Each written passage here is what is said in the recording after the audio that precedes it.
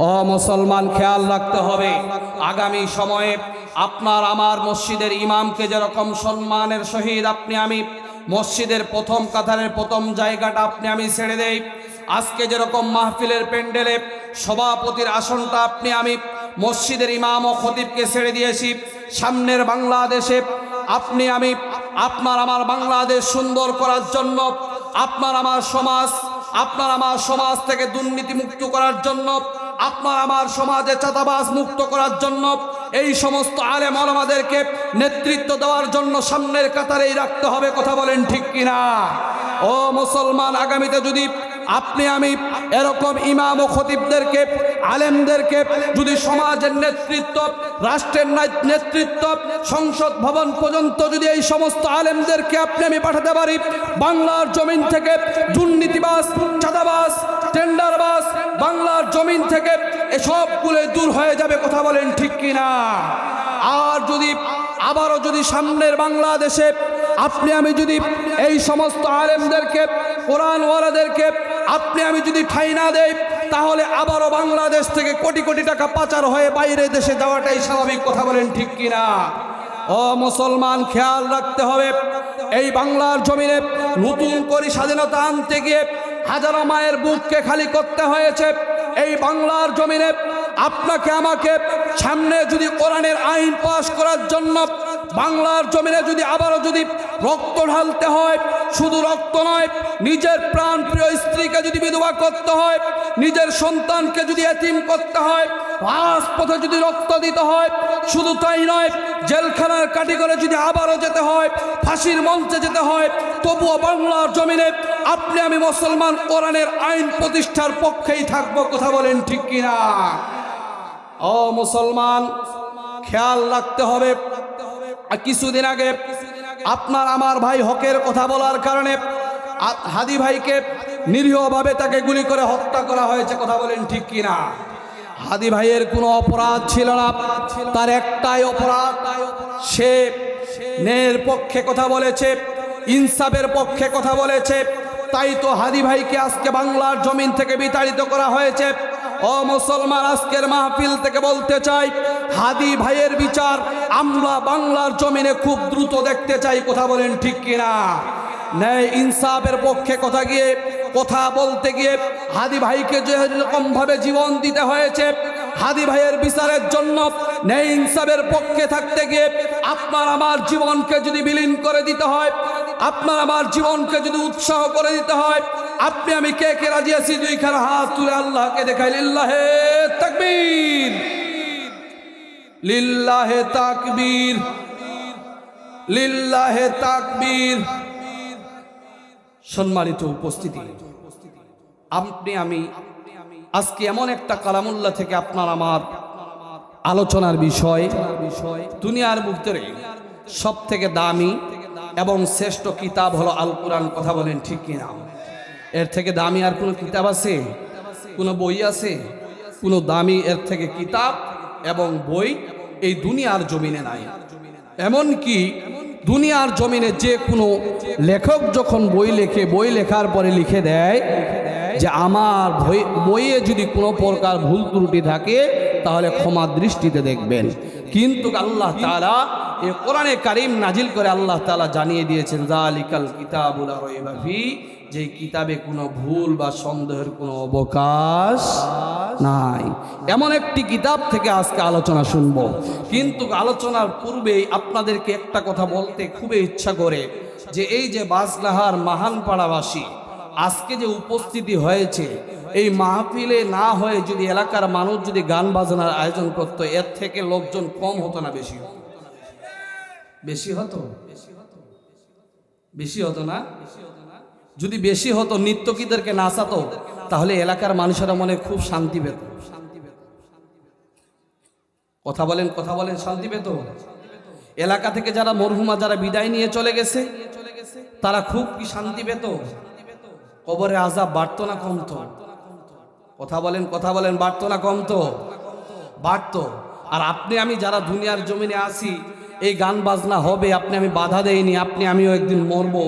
এখন বলেন, আপনার আমার কবরে আযাব কম হবে না বেশি হবে? বেশি হবে। তাহলে সামনে থেকে গান বাজনা চলবে না ওয়াজ মাহফিল চলবে? ওয়াজ মাহফিল শুধু চলবে না, এলাকার মানুষদেরকে সকলকে একত্রিত হয়ে এই ওয়াজ মাহফিলের আয়োজন করে সকলকে বসে তাফসিরুল কোরআন মাহফিল শুনতে হবে। কথা বলেন ঠিক কিনা? কারণ কোরআন জানা মানা প্রত্যেকটি মানুষের জন্য জরুরি।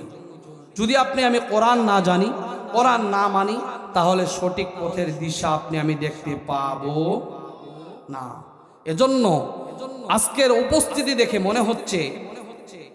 মনে হয় গান বাজনা হলে ভালো হতো, কিন্তু আল্লাহ তাআলা কোরআনের মাহফিলে আয়োজন করেছেন। এর কারণে যারা দুনিয়া থেকে বিদায় নিয়ে চলে গেছে, দোয়া করছি আল্লাহ তাআলা সকলের জীবনে ভুল ভ্রান্তি ক্ষমা করে আল্লাহ তাআলা সকলকে জান্নাতের মেহমান হিসাবে কবুল করে বলি আল্লাহুম্মা আমিন। আর আমরা যারা রয়েছি আল্লাহ তাআলা সকলকে সঠিক পথের দিশা দেখাক বলি আল্লাহুম্মা আমিন। আর যারা এখন পর্যন্ত মাহফিলের প্যান্ডেলে আসতে পারেনি তাদেরকে অকুল আবেদন করে বলবো, আগামীকাল চায়ের দোকান থাকবে। আগামীকাল যদি আপনি জীবিত থাকেন তাহলে আপনার এরকম ভাজা পোড়া, এরকম চটপটি, চা যা আছে না কেন, ফুচকা, সব কিছু খাওয়ার সময় আপনি পাবেন। কথা বলেন ঠিক কিনা? কিন্তু আগামীকালকে যদি আপনি বলেন যে ভাই আবার এরকম একটা তাফসিরুল কোরআন মাহফিলের আয়োজন করেন বা আজকেই দেন, তাহলে কি সম্ভব হবে? সম্ভব হবে না। এজন্য সকলকে অকুল আবেদন করে বলবো, যে যে কাজের ভিতরে আছি কাজ থেকে ফারেক হয়ে আমরা সকলে তাফসিরুল কোরআন মাহফিলের ভিতরে চলে আসি ইনশাআল্লাহ। আমি যে কোরআন থেকে যে আয়াতখানা তেলাওয়াত করেছি, আল্লাহ পাক রব্বুল আলামিন তার বান্দাদেরকে ডেকে ডেকে বলেন, ও বান্দারা, এই কোরআনে কারীম তোমাদেরকে মৌলিকভাবে দুইটি নিয়ামত দান করে। কথা বলেন কয়টি? সম্মানিত মুসলমান ভাইয়ারা আমার, কোরআনে কারীম থেকে সূরা ইউনূস থেকে একখানা আয়াত তেলাওয়াত করেছি। আল্লাহ পাক রব্বুল আলামিন বলেন, ইয়া আইয়ুহান নাসু ক্বাদ জাআতুকুম মাউইযাতুন মির রাব্বিকুম ওয়া শিফাউল লিমা ফিস সুদূর। বলি আল্লাহু আকবার।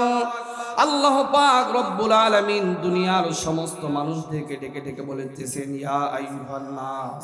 আল্লাহ পাক রব্বুল আলামিন এখানে বলেন না ইয়া আইয়ুহাল মুমিনুন, ইয়া আইয়ুহাল মুত্তাকুন। আল্লাহ পাক রব্বুল আলামিন এমন কিছু ব্যবহার করেন নাই, শুধু মুমিনদেরকে ডাকেন নাই, মুত্তাকিনদেরকে আল্লাহ পাক রব্বুল আলামিন ডাকেন নাই। আল্লাহ পাক রব্বুল আলামিন শুধু মুসলমানদেরকে ডাকেন নাই, আল্লাহ পাক রব্বুল আলামিন ইহুদি খ্রিস্টানদেরকে শুধু আল্লাহ পাক রব্বুল আলামিন ডাকেন নাই। আল্লাহ পাক রব্বুল আলামিন আমাদের নবী থেকে নিয়ে দুনিয়ার জমিনে, দুনিয়ার শেষ পর্যন্ত যত মানুষ দুনিয়ার জমিনে আসবে, আল্লাহ পাক রব্বুল আলামিন সকলকে ডাক দিয়েছেন, ইয়া আইয়ুহান নাস ক্বাদ জাআতকুম মাউইযাতুম মির রাব্বিকুম। আল্লাহ পাক রব্বুল আলামিন বলেন, এই কোরআন তোমাদেরকে মৌলিকভাবে দুইটি রহমত তোমাদেরকে দান করে। দুইটি রহমতের মধ্য থেকে এক নম্বরে হলো এই কোরআন হলো তোমাদের জন্য হলো মাউইযা, এই কোরআন হলো তোমাদের জন্য ওয়াজ, এই কোরআন হলো তোমাদের জন্য হলো প্রেসক্রিপশন। এই প্রেসক্রিপশনের কাজ কি আমি সকলেই জানি। একটা আমি যদি দুনিয়ার জমিনে যদি অসুস্থ হয়ে যাই, আপনার আমার অসুস্থতার সারানোর জন্য আমি প্রাথমিকভাবে একজন ডাক্তারের কাছে চলে যাই। কথা বলেন ঠিক কিনা?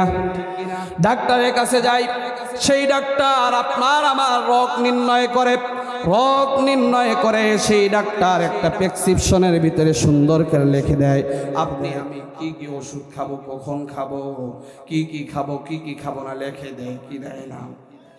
কথা বলেন, লিখে দেয় কি দেয় না? এই যে প্রেসক্রিপশনে ডাক্তার সুন্দর করে আপনার আমার জন্য ওষুধ লিখে দিল, কি খাবো কি খাবো না ডাক্তার লিখে দিল। এখন যদি সেই প্রেসক্রিপশন আপনি নিয়ে আসলাম, মনে করলাম ডাক্তারটা তো অনেক ভালো, 500 টাকা ভিজিট নিয়েছে, শুধু 500 টাকা ভিজিট নেয় নাই, সুন্দর একটা প্রেসক্রিপশন দিয়েছে। এই প্রেসক্রিপশনে একটা চুম্বন খেলাম, চুম্বন খেয়ে যদি আলমারিতে রেখে দেই, বলেন দেখি অসুখ কি ভালো হবে? অসুখ ভালো হবে? অসুখ ভালো হবে না। তারপরেও যদি আমি যদি এরকম বুদ্ধিমান হই যে ডাক্তার যা ওষুধ দিয়েছে দেখি তো ডাক্তার কি ওষুধ দিয়েছে। ডাক্তার ওষুধ দিয়েছে আমার তীব্র জ্বরের কারণে, ডাক্তার ওষুধ দিয়েছে 3 দিনের ওষুধ। 3 দিনে 9টা প্যারাসিটামল দিয়েছে। এখন যদি আমি এখন 3 দিনের ডোজ ডাক্তার দিয়েছে, সকালে একটা, দুপুরে একটা, রাতে একটা, এরকম ভাবে 3 দিনে 3 তিরিকে 9টা। এখন যদি আমি বুদ্ধি খাটাই, ডাক্তার তো 3 দিনের ওষুধ দিয়েছে, 3 দিনে খাবো না। ডাক্তার যা বলছে বলুক না কেন, একই মুখ, একই পেট, একই ওষুধ, 3 দিনেরটাই একবারে খেয়ে নেই। এখন বলেন, সে যদি 3 দিনের ওষুধ যদি একবারে খায়, সে কি সুস্থ হবে না অসুস্থ বেশি হবে? কেন বেশি হবে? ডাক্তার যেই ফর্মুলায় খেতে বলেছে সেই অনুযায়ী না খাওয়ার কারণে তার অসুস্থতার তীব্রতা হয়তো বেশি হবে, নয়তো বেশি ক্ষতির ভিতরে সম্মুখীন হয়ে যাবে। কথা বলেন ঠিক কিনা? ঠিক তেমনি ভাবে আল্লাহ পাক রব্বুল আলামিন এই কোরআনকে আপনার আমার জন্য মাওয়াইজা বানিয়ে দিয়েছেন, প্রেসক্রিপশন বানিয়ে দিয়েছেন, আর বলে দিয়েছেন, বান্দা দুনিয়ার জমিনে কোরআন তোমাকে পথ নির্দেশনা দেখাবে, তুমি কোন পথে যাবে, কোথায় যাবে না যাবে, কি খাবে কি খাবে না, কি করবে কি করবে না। ও বান্দা, এই কোরআনের ভিতরে সমস্ত কিছু আমি রব্বে কারিম রেখে দিলাম। এই কোরআনে কারিম তুমি কি করো? এই কোরআনে কারিম তুমি তেলাওয়াত করো। শুধু তেলাওয়াত করলেই হবে না রে বান্দা, এই কোরআনে কারিমের অর্থ জানো, অর্থ জেনে তুমি পড়ো, তাহলেই তোমার জীবনের ভুল নির্দেশনা, জীবনে তুমি কোন পথে চলবে আর কোন পথে চলবে না, সেই সঠিক পথের দিশা তুমি পেয়ে যাবা। আর তুমি যদি সঠিক পথের দিশা পেয়ে কোরআনের পক্ষে চলে তুমি যদি থাকতে পারো রে বান্দা, তোমার জন্য পরকালীন জীবনে আমি শান্তির জন্য ব্যবস্থা করে রেখে দিয়েছি। বলুন সুবহানাল্লাহ।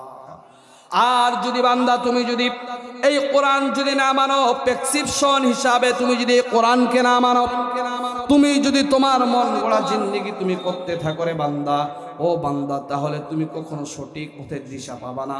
আমি তোমার জন্য যে জান্নাত রেখে দিয়েছি সেটা তো কখনো যাওয়া সম্ভব হবে? সেটাও কখনো যাওয়া সম্ভব হবে না। এজন্য আল্লাহ পাক রব্বুল আলামিন এই কোরআনে কারীম আপনার আমার জন্য মৌলিকভাবে 2টি রহমত আপনার আমার জন্য আল্লাহ তাআলা রেখে দিয়েছেন। এক নাম্বার হলো এই কোরআন হলো আপনার আমার জন্য মাওয়াইজা, প্রেসক্রিপশন, আপনার আমার জন্য হলো শেফা। ও মুসলমান ভাই, শুধু তাই নয়, আল্লাহ রাসূল সাল্লাল্লাহু আলাইহি ওয়াসাল্লাম বলে দিয়েছেন, আল্লাহ পাক রব্বুল আলামিন সমস্ত রোগের চিকিৎসা আল্লাহ পাক রব্বুল আলামিন কোরআনের ভিতরে রেখে দিয়েছে। বলি সুবহানাল্লাহ। আল্লাহ পাক রব্বুল আলামিন সমস্ত রোগের চিকিৎসা এই কোরআনের ভিতরে রেখে দিয়েছে।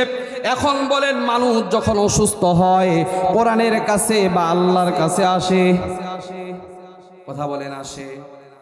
অসুস্থ হলে প্রথমে কোথায় দৌড়ায়?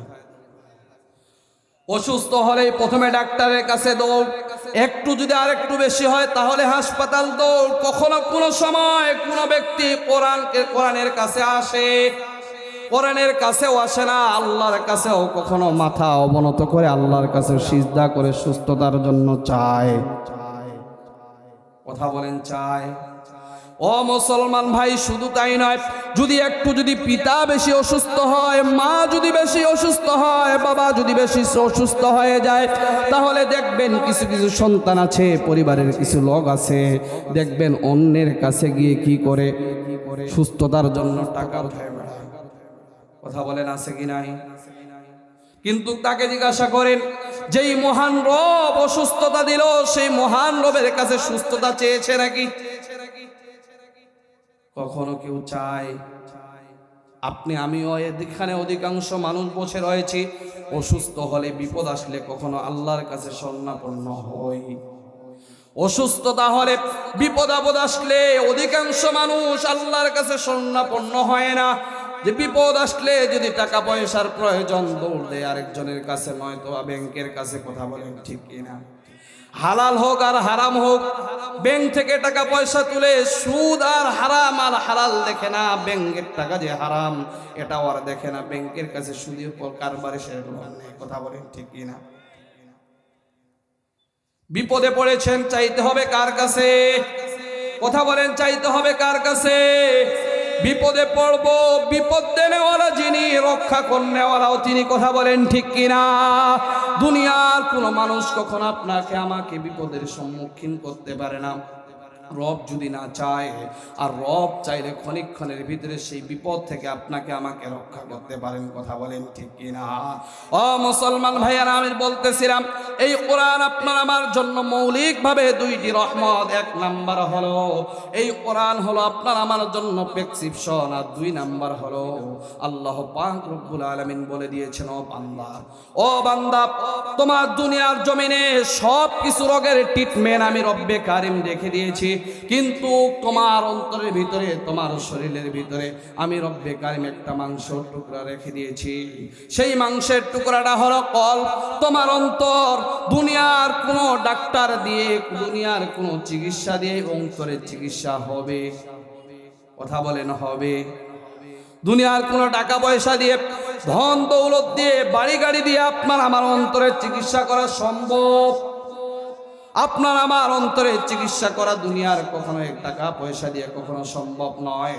আর আল্লাহ পাক রব্বুল আলামিন কোরআনে কারীমের ভিতরে বলেন, ইয়াউমা লা ইয়ানফাউ মালুন ওয়ালা বানুন ইল্লা মান আতাল্লাহা বিকলবিন সালিম। আল্লাহ পাক রব্বুল আলামিন বলেন, তোমার টাকা পয়সা, ধন দৌলত, বাড়ি গাড়ি, সন্তানাদি দিয়ে তোমার সালিম, তোমার বিশুদ্ধ অন্তর কখনো তৈরি হবে না। তোমার বিশুদ্ধ অন্তর তৈরি হবে একমাত্র আমি রব্বে কারিমের ইবাদতের মধ্য দিয়ে। বলি সুবহানাল্লাহ।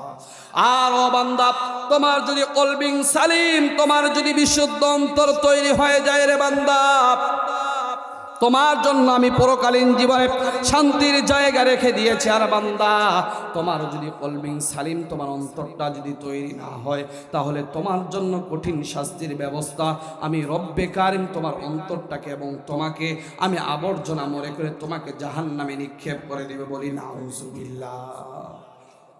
সম্মানিত মুসলমান ভাইয়েরা আমার, আল্লাহ পাক রব্বুল আলামিন আপনার আমার কলবিন সালিম, এক কথা বিশুদ্ধ অন্তর যখন আপনার আমার গঠিত হবে, তখনই আল্লাহ পাক রব্বুল আলামিন এই অন্তরটাকে গ্রহণ করবেন। আর যদি বিশুদ্ধ অন্তর তৈরি না হয়, তাহলে কখনো আল্লাহ তাআলা সেটাকে গ্রহণ করবেন না। গ্রহণ না করে সেটাকে আবর্জনা মনে করে আল্লাহ পাক রব্বুল আলামিন সেটাকে জাহান্নামে নিক্ষেপ করবেন। এজন্য আল্লাহ পাক রব্বুল আলামিন বলেন, বান্দা এই কোরআনে কারীম হলো তোমার জন্য হলো রহমত, আর দুই নাম্বার হলো ওয়াশিফাউল লিমা ফিস সুদূর। বলি আল্লাহু আকবার। আল্লাহ পাক রব্বুল আলামিন বলেন, দুই নাম্বার হলো এই কোরআন হলো তোমার জন্য শেফা। ও বান্দা, তুমি যদি এই দুইটি জিনিসকে, এই দুইটি রহমতকে তুমি যদি গ্রহণ করতে পারো রে বান্দা, তাহলে তুমি দুনিয়ার জমিনে তুমি সফলতা অর্জন করবা, আখিরাতেও তোমার জন্য সফলতা আমি রব্বে কারিম রেখে দিয়েছি। বলি সুবহানাল্লাহ। তাহলে এক নাম্বার হলো আপনাকে আমাকে এই কোরআনকে কি মনে করতে হবে? শেফা মন। আল্লাহ পাক রব্বুল আলামিন বলে দিয়েছেন, এক নম্বরে কোরআনে কারীম তোমাদের জন্য প্রেসক্রিপশন। বলেন কি প্রেসক্রিপশন? ডাক্তারের কাছে যেরকম আপনি আমি গেলে যেরকম একটা প্রেসক্রিপশনে আপনাকে আমাকে লিখে দেয়, আপনি আমি কি ওষুধ খাবো কি খাবো না, আপনি আমি যদি সেই তুলনামূলক যদি না খাই, তাহলে বিপদের সংখ্যা আছে কি নাই? অবশ্যই আছে। ঠিক তেমনি ভাবে আল্লাহ তাআলা যে কোরআনে কারীম আপনাকে আমাকে দান করেছেন, এটাও একটা প্রেসক্রিপশনের মতো। আপনি আমি যদি সেটা ফলো করে সেটা অনুযায়ী যদি জীবন গড়ি, তাহলে আপনি আমি যেরকম ওষুধ খেলে যেরকম সুস্থ হব ডাক্তারের নিয়ম অনুযায়ী, ঠিক তেমনি ভাবে এই কোরআনকে প্রেসক্রিপশন মনে করে এই কোরআন অনুযায়ী যদি আপনি আমি জীবন গড়ি, তাহলেই সফল কাম হব। কথা বলেন ঠিক কিনা? আর আল্লাহ তাআলা যে কলবিন সালিম, যে আল্লাহ তাআলা বিশুদ্ধ অন্তর যে আল্লাহ তাআলা গ্রহণ করবেন, আর এই অন্তরকে আল্লাহ তাআলা জান্নাতে প্রবেশ করাবেন, তাহলে আল্লাহ তাআলা শিফাউল লিমা ফিস সুদূর, আল্লাহ তাআলা আপনাকে আমাকে একটা সুস্থ সবল একটা আল্লাহ তাআলা কলব অন্তর আপনাকে আমাকে দান করে। বলি সুবহানাল্লাহ। তাহলে এই কোরআনকে আপনার আমার জীবন সঙ্গী করার দরকার আছে কি নাই?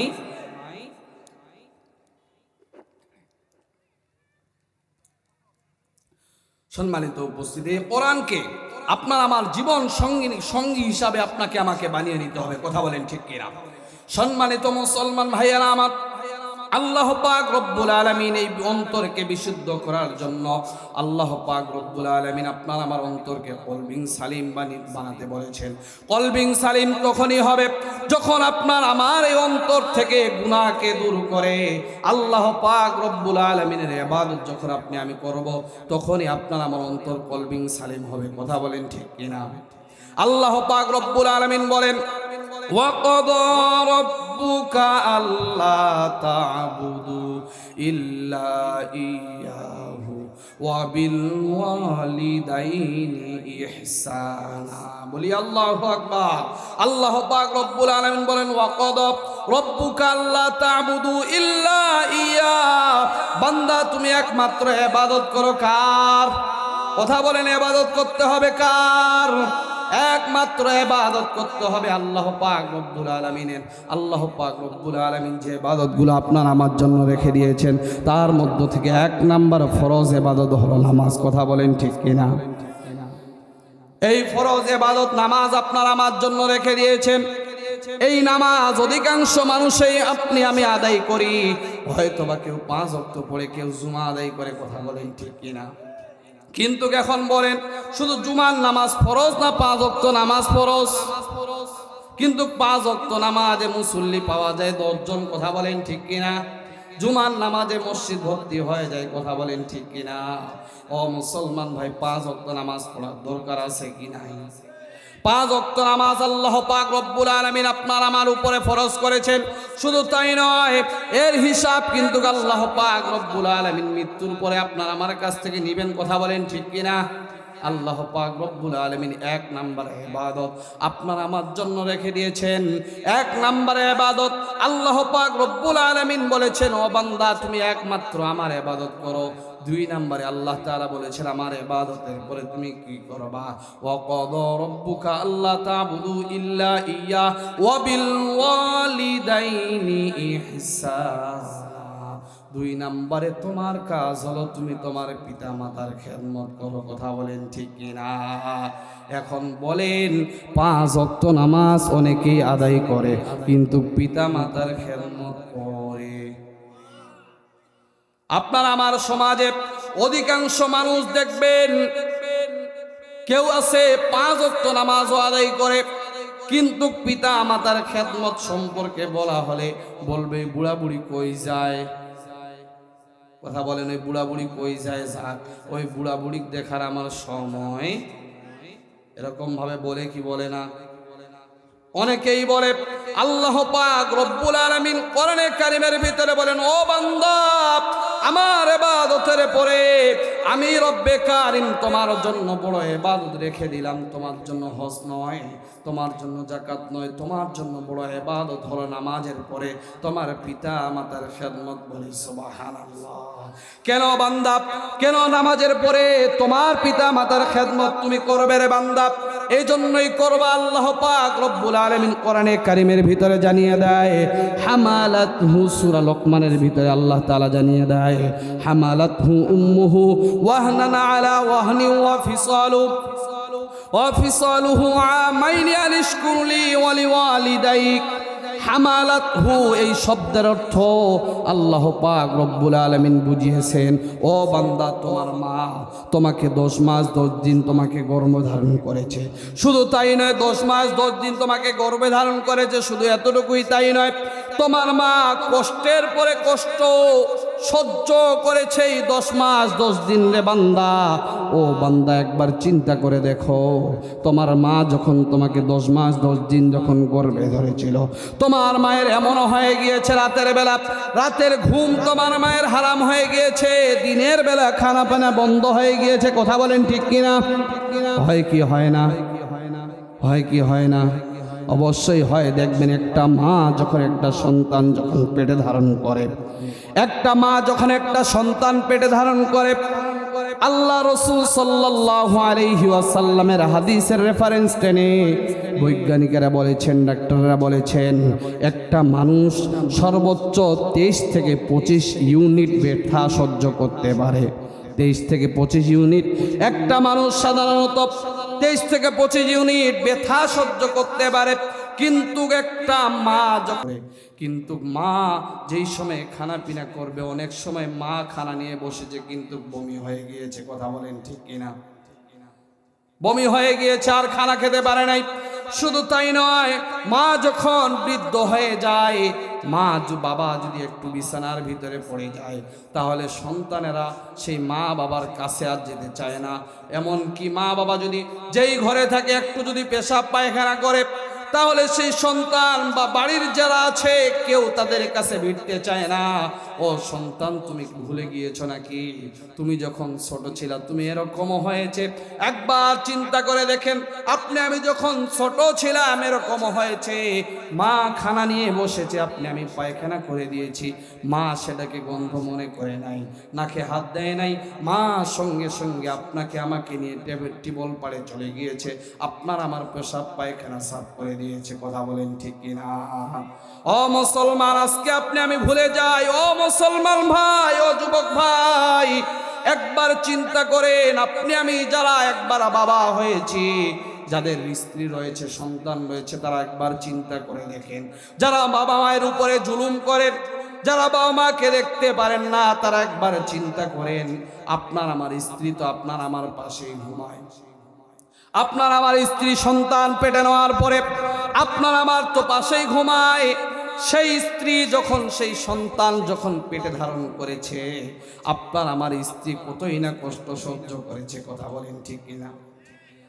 আমি দেখতে পাই, আমি স্বচক্ষে দেখতে পাই, স্ত্রীরা রাতের বেলা ঘুমাতে পারে না। রাতের বেলা দেখা যায়, রাতের বেলা রাত জেগে জেগে তারা বসে থাকে। ও মুসলমান ভাই, আমিও একটা কলিজার টুকরা সন্তানের বাবা, আমারও একখানা 2 বছরের কন্যা সন্তান রয়েছে। যখন আমার স্ত্রীর পেটে, যখন গর্ভে যখন বাবু চলে আসে, আমি প্রায় সময় দেখতাম, আমি রাতের বেলা এশারের নামাজ পড়ে যখন ঘুমিয়ে যাই, আমার স্ত্রী দেখি অনেক রাতে রাতে বসে থাকে, রাতে রাতে বসে থাকে, ঘুম নাই। স্ত্রীকে বলি, ও স্ত্রী, কেন ঘুমাও না, কেন বসে রয়েছ? স্ত্রী বলে, ঘুমাবো কি করে, তোমার সন্তান তো আমাকে ঘুমাতে দেয় না, আমি দিনাজপুর শহরে থাকি। কিন্তু আমার স্ত্রী যখন যখন অন্তঃসত্ত্বা হয়ে গেল, কিছুদিন আগে গ্রামের বাসায় চলে গেল। গ্রামের বাসায় চলে গিয়ে একদিন রাতের বেলা হঠাৎ রাত 12টা-1টা বাজে আমার স্ত্রীর ফোন থেকে ফোন আসলো। দেখলাম এত রাতে আমার স্ত্রী কেনই বা ফোন দিয়েছে। ফোন রিসিভ করে দেখি আমার স্ত্রী হাউমাউ করে কাঁদতেছে। বললাম, ও স্ত্রী, কি হয়েছে, এত রাতে কান্না করতেছে কেন? আমার স্ত্রী আমাকে ডেকে ডেকে বলে, ও স্বামী, কিছুদিন পরে তোমার সন্তান দুনিয়াতে আসবে, তুমি খুশি না বেজার? আমার স্ত্রীকে ডেকে ডেকে বলতেছিলাম, ও স্ত্রী, আমার সন্তান দুনিয়াতে আসবে, আমি তো বড্ড খুশি। শুধু তাই নয়, আমার বন্ধুদেরকে আমি ফোন দিয়ে বলি, বন্ধুরা রে, তোরা দোয়া কর, আমার যদি একটা সন্তান ভালোভাবে হয় তোদেরকে মিষ্টি খাওয়াবো। আমার স্ত্রী আমাকে ডেকে ডেকে বলতেছিল, প্রাণপ্রিয় স্বামী, আল্লাহ যেন তোমার দোয়া কবুল করে, আল্লাহ যেন তোমার দোয়া কবুল করে। আমার স্ত্রীর কান্না দেখে বারবার জিজ্ঞাসা করতেছিলাম, কেন, তোমার কি হয়েছে? আমার স্ত্রী বলতেছিল, তোমার সন্তান যে হারে আমার কলিজার ভিতরে লাথি মারতেছি, যে আমার কষ্ট হচ্ছে, মনে হয় না আর আমি দুনিয়ার ভিতরে বেঁচে থাকবো, না জানি আমার কখন মৃত্যু হয়ে যায়। আমার স্ত্রীর সেদিন এই কান্না দেখে আমি একবার মনে মনে ভেবে নিলাম, হায়, আমার স্ত্রী এত কষ্টই সহ্য করতেছে, তাহলে তো আমার মা, আমার বাবাও এত কষ্ট সহ্য করেছে, আমার জীবন চলে যাবে। ও মুসলমান ভাই, প্রত্যেকটি মানুষের ক্ষেত্রে এমন, নিজের স্ত্রীর দিকেই তাকালে মা বাবার কষ্টগুলো বোঝা যাবে। এজন্যই আল্লাহ পাক রব্বুল আলামিন ডেকে ডেকে বলে, হামালাতহু উম্মুহু ওয়াহনান আলা ওয়াহনি ওয়া ফিসালুহু আমাইনি আনিশকুর লি ওয়া লিওয়ালিদাইক। তোমার মা 10 মাস 10 দিন তোমাকে গর্ভে ধারণ করেছে, সেখানে কষ্টের পরে কষ্ট, আল্লাহ তাআলার কথাটার ব্যাখ্যা দেখেন, কষ্টের পরে কষ্ট তোমার মা সহ্য করেছে। শুধু তাই নয়, 2 বছর যাবত তোমাকে দুধ পান করিয়েছে রে সন্তান। কিভাবে তুমি তোমার মায়ের সঙ্গে, তোমার বাবার সঙ্গে তুমি আজকে সদাচরণ করো, অসদাচরণ করো। শুধু তাই নয়, সন্তান যখন বড় হয়ে যায়, সন্তান যখন একটু টাকা পয়সা উপার্জন করে, তখন দেখবেন এরকম যদি ভাই হয় 3টা, যদি ভাই হয় 3টা বা 2টা, তখন পিতামাতাকে ভাগ করে ফেলে। আছে কি নাই? কথা বলেন, আছে কি নাই? পিতামাতাকে ভাগ করে কেমনে? 3 ভাই হলে বলবে ভাই মাসে তুই 10 দিন, আমি 10 দিন, আর আরেক ভাই 10 দিন, 3 10 কে 30। আর নয়তো বা বলবে তুই সকালে খাওয়াবি, আমি দুপুরে খাওয়াবো, আরেক ভাই রাতে খাওয়াবে। এভাবে মা বাবাকে ভাগ করে। কথা বলেন ঠিক কিনা? ও মুসলমান ভাই, একবার চিন্তা করেন, আপনি আমি যখন ছোট ছিলাম, আপনার আমার কষ্টের ভাগ কি মা কাউকে দিয়েছিল? দিয়েছিল নাকি? সেই মা তা আপনার আমার কষ্টের ভাগ তো কাউকে দেয় নাই। আপনি আমি কত জুলুম করেছি মা বাবার উপরে, মা বাবাকে ঠিক মতো খাইতে দেয়নি। একবার চিন্তা করেন, বাবার কথাই চিন্তা করেন। মা কথা তো আপনি আমি ছোটবেলায় হয়তো ভুলে যাই, কিন্তু বাবার কথাই চিন্তা করেন না। কত বাবা আছে হাড় ভাঙ্গা পরিশ্রম করে, পরের বাড়ি কাজ করে, টাকা যোগান দিয়ে আপনাকে আমাকে লেখাপড়া করিয়েছে। কথা বলেন ঠিক কিনা? ও মুসলমান ভাই, এজন্য ভুলে গেলে চলবে না, এই মা বাবা এমন এক সম্পদ, অমূল্য সম্পদকে কখনো আপনি আমি যাই হোক না কেন, মা বাবাকে কখনো ফেলে দেওয়া যাবে? মা বাবাকে ফেলে দেওয়া যাবে না, মা বাবাকে ভাগ করা যাবে না। শুধু তাই নয়, মা বাবাকে কখনো কষ্ট দেওয়া যাবে, কষ্ট দেওয়া যাবে না। আল্লাহ তাআলা আবার সূরা বনী ইসরাঈলের ভিতরে বলেন, তোমার মা বাবা যেন তোমার কাছ থেকে এমন কষ্টর দ্বারা যেন শব্দটাও যেন বাহির না করে, এমন আচরণ বিধিও তোমার বাবা মার সঙ্গে তুমি করিও না। আল্লাহ রাসূল সাল্লাল্লাহু আলাইহি ওয়াসাল্লাম হাদিসের ভিতরে বলেন, তোমার মা বাবা যদি বিধর্মীয় হয়, তারপরেও তোমার মা বাবার সঙ্গে তুমি কখনো খারাপ আচরণ করিও না, কারণ তোমাকে দুনিয়ার মুখ সেই মা বাবাই দেখিয়েছে। কথা বলেন ঠিক কিনা? ও মুসলমান ভাইয়েরা আমার, যেই কথাটা বলতে যাচ্ছিলাম, যে মা বাবাকে কখনো ভাগ করা যাবে, মা বাবাকে কখনো কষ্ট দেওয়া যাবে, মা বাবাকে কোনো সময় না খাইয়ে রাখা যাবে। হতভাগা সন্তান এরকম দুনিয়ার জমিনে পাওয়া যায়। মা বাবা বাসায় পড়ে থাকে, মা বাবার মুখে কোনোদিন খাওয়া তুলে দেয় না, কিন্তু যেমনি মা বাবা একবার দুনিয়া থেকে বিদায় নিয়ে গেল, 3 দিন আর 40 আর 1 বছরের খাওয়া মানুষকে গরু জবাই করে খাওয়া। এরকম ব্যাকল আছে কি নাই? সমাজে এরকম ব্যাকল কম না বেশি? এরকম ব্যাকল অনেক রয়েছে, যারা কি করে, মা বাবাকে দুনিয়ায় বেঁচে থাকলে খাওয়া দেয় না, মা বাবাকে একবার ওষুধের টাকা দিতে চায় না, কিন্তু ওই সন্তানে আবার যখন দেখবেন মা বাবা মারা যায়, মা বাবার, আমি তো মনে করি যে এই সমস্ত সন্তানগুলো মা বাবাকে খাওয়া দেয় না, কিন্তু মা বাবার পরে এরকম গরু কাটে আয়োজন করে, এরা মনে হয় দুঃখে নয়, এরা মনে হয় সুখে আয়োজন করে। কথা বলেন ঠিক কিনা? যে বুড়া বুড়ি মরছে, ভালোই হয়েছে, এজন্য আনন্দের সহিত গরু কাটে খাওয়ায়। কথা বলেন ঠিক কিনা?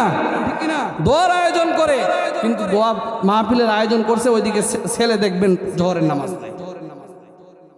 হয় কি হয় না? জোহরের নামাজ নাই, এদিকে দোয়া চলতেছে, ছেলে ওইখানে নাই, পরিবারের কেউ নেই, বাইরের মানুষেরা দোয়া করতেছে। আরে কিনা দোয়া দিয়ে কি হবে? লাভ আছে? কিন্তু এই মা বাবা যতক্ষণ দুনিয়ার জমিনে বেঁচে থাকবে, এই মা বাবাকে যদি আপনি আমি যদি তাদের কিছু খাওয়া যদি দিতে পারি, তাদেরকে যদি মিলেমিশে থাকতে পারি, আল্লাহ রাসূল সাল্লাল্লাহু আলাইহি ওয়াসাল্লাম বলেন, মা বাবা এমন একটি ধন, এই মা বাবার দোয়া ব্যতীত কেউ কখনো সফলতা অর্জন করতে পারে। আবার যদি এই মা বাবাই যদি কষ্ট পেয়ে যদি তোমার জন্য বদদোয়া করে, তাহলে তোমার দুনিয়াও ধ্বংস, আখিরাতও ধ্বংস। আর যদি এই মা বাবা যদি একবার মুখ খুলে দোয়া করে দেয়, আল্লাহ পাক রব্বুল আলামিন তোমার মা বাবার জবান থেকে তোমার মা বাবার জবান থেকে দোয়া বাইর হতে দেরি হবে, কিন্তু আল্লাহর কাছে কবুল হতে দেরি হবে না। আপনি আমি আপনার আমার সকলের সন্তান রয়েছে। অনেক সময় সন্তানকে দুষ্টামি করে আপনি আমি কি বলি, বদমাইশের বেটা বদমাইশ, যা তুই শয়তান হবি, বলি কি বলি না? তুই কি মাস্তান হবি, একটু দুষ্টামি করলে বলি তুই কি মাস্তান হবি, তুই কি শয়তান হবি, তুই কি বাটপার হবি, চোর হবি, বলে কি বলে না? এরকমও বলা যাবে না। আল্লাহ রাসূল সাল্লাল্লাহু আলাইহি ওয়াসাল্লাম নিষেধ করেছেন, এরকম ভাবেও সন্তানকে বলা যাবে না, কারণ এই দোয়াটাও আল্লাহর কাছে কবুল হতে পারে। সম্মানিত মুসলমান ভাইয়েরা আমার, কালবানী মক্কার ইমাম, নেটের ভিতরে সার্চ দিবেন যে কালবানী মক্কার ইমাম, সঙ্গে সঙ্গে কালবানীর ভিডিও চলে আসবে। কালবানী এমন একজন মক্কার ইমাম ছিলেন যার চেহারা এত কুশ্রী, চেহারার দিকে তাকানো যেত না। এত ছোটবেলায় দুষ্ট ছিল, তার মা যখন তাকে শাসন করত তখন একখানা থাপড় দিয়ে বলতো, তুই যে দুষ্ট, আল্লাহ তাআলা তোকে যেন কাবার ইমাম বানায়। মা সব সময় থাপড় দিত আর বলতো, তুই যে দুষ্ট, তোকে যেন আল্লাহ তাআলা কাবার ইমাম বানায়। এই কালবানীর মায়ের দোয়াকে আল্লাহ তাআলা কবুল করে এই কালবানীকে আল্লাহ তাআলা এক সময় কাবার ইমাম বানিয়ে দিয়েছিলেন। বলি সুবহানাল্লাহ। এই দোয়াটা কার ছিল? মা বাবার ছিল।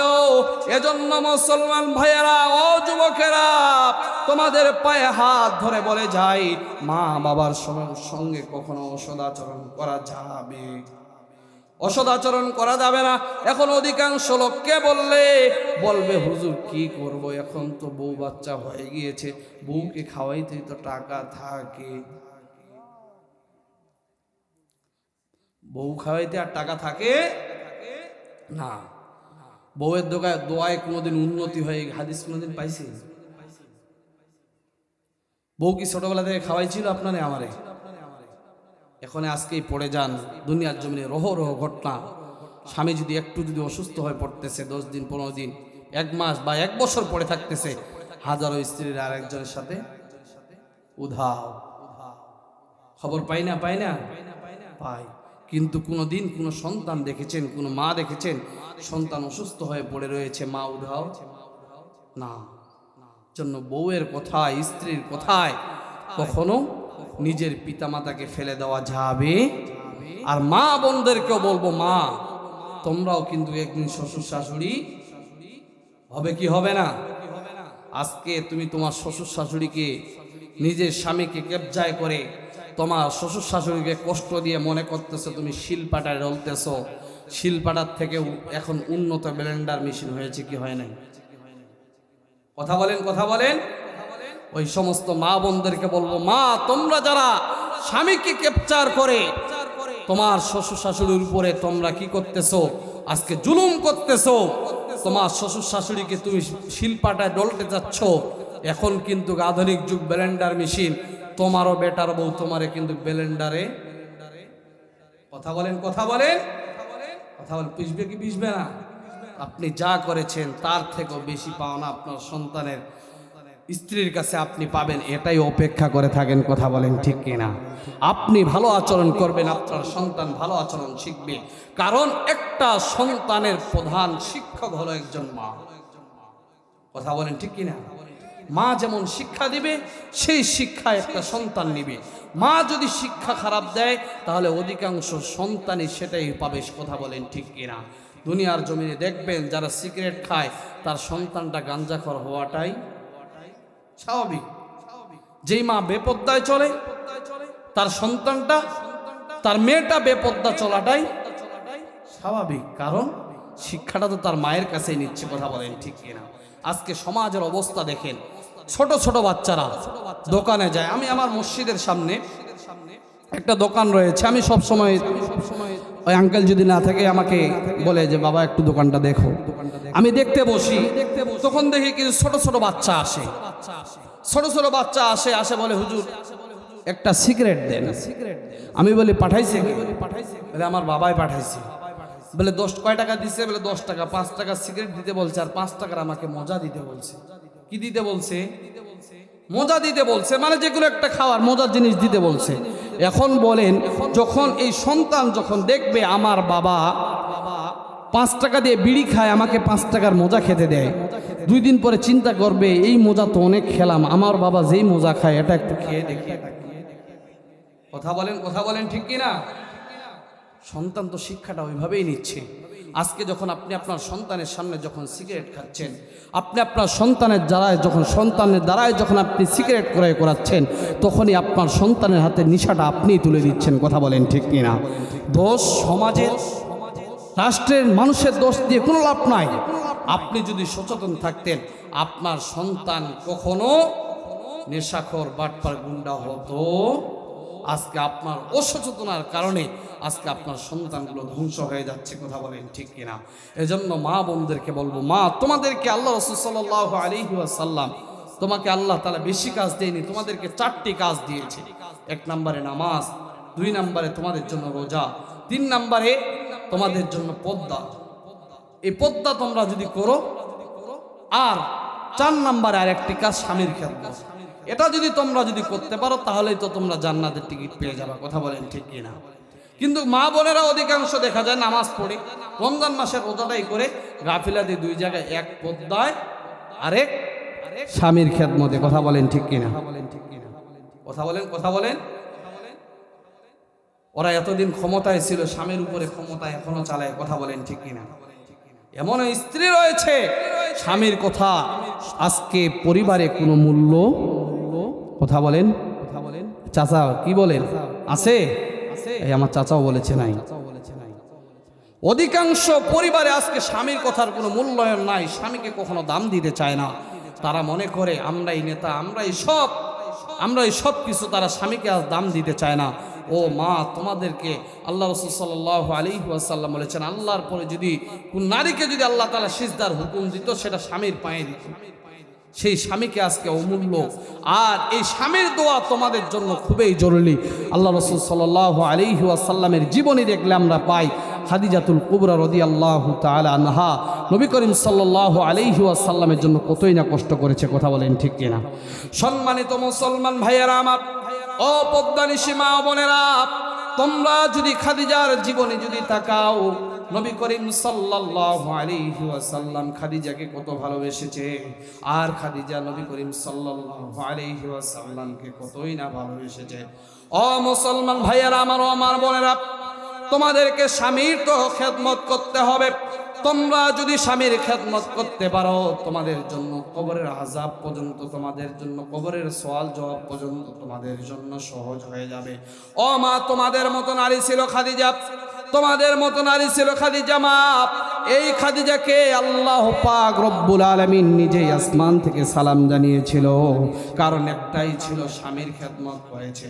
নবী করিম সাল্লাল্লাহু আলাইহি ওয়াসাল্লাম যখন গারে গুহার উপরে একাকিত্ব জীবন যখন পার করা শুরু করলেন, এই গারে গুহা এত উঁচু পাহাড়, যেখানে নবী করিম সাল্লাল্লাহু আলাইহি ওয়াসাল্লাম গারে গুহার উপরে অবস্থান করতেছিলেন, সেখান থেকে যদি মানুষ নিচের দিকে যদি তাকায়, নিচের মানুষগুলোকে কবুতরের বাচ্চা নিয়ে দেখা যায়।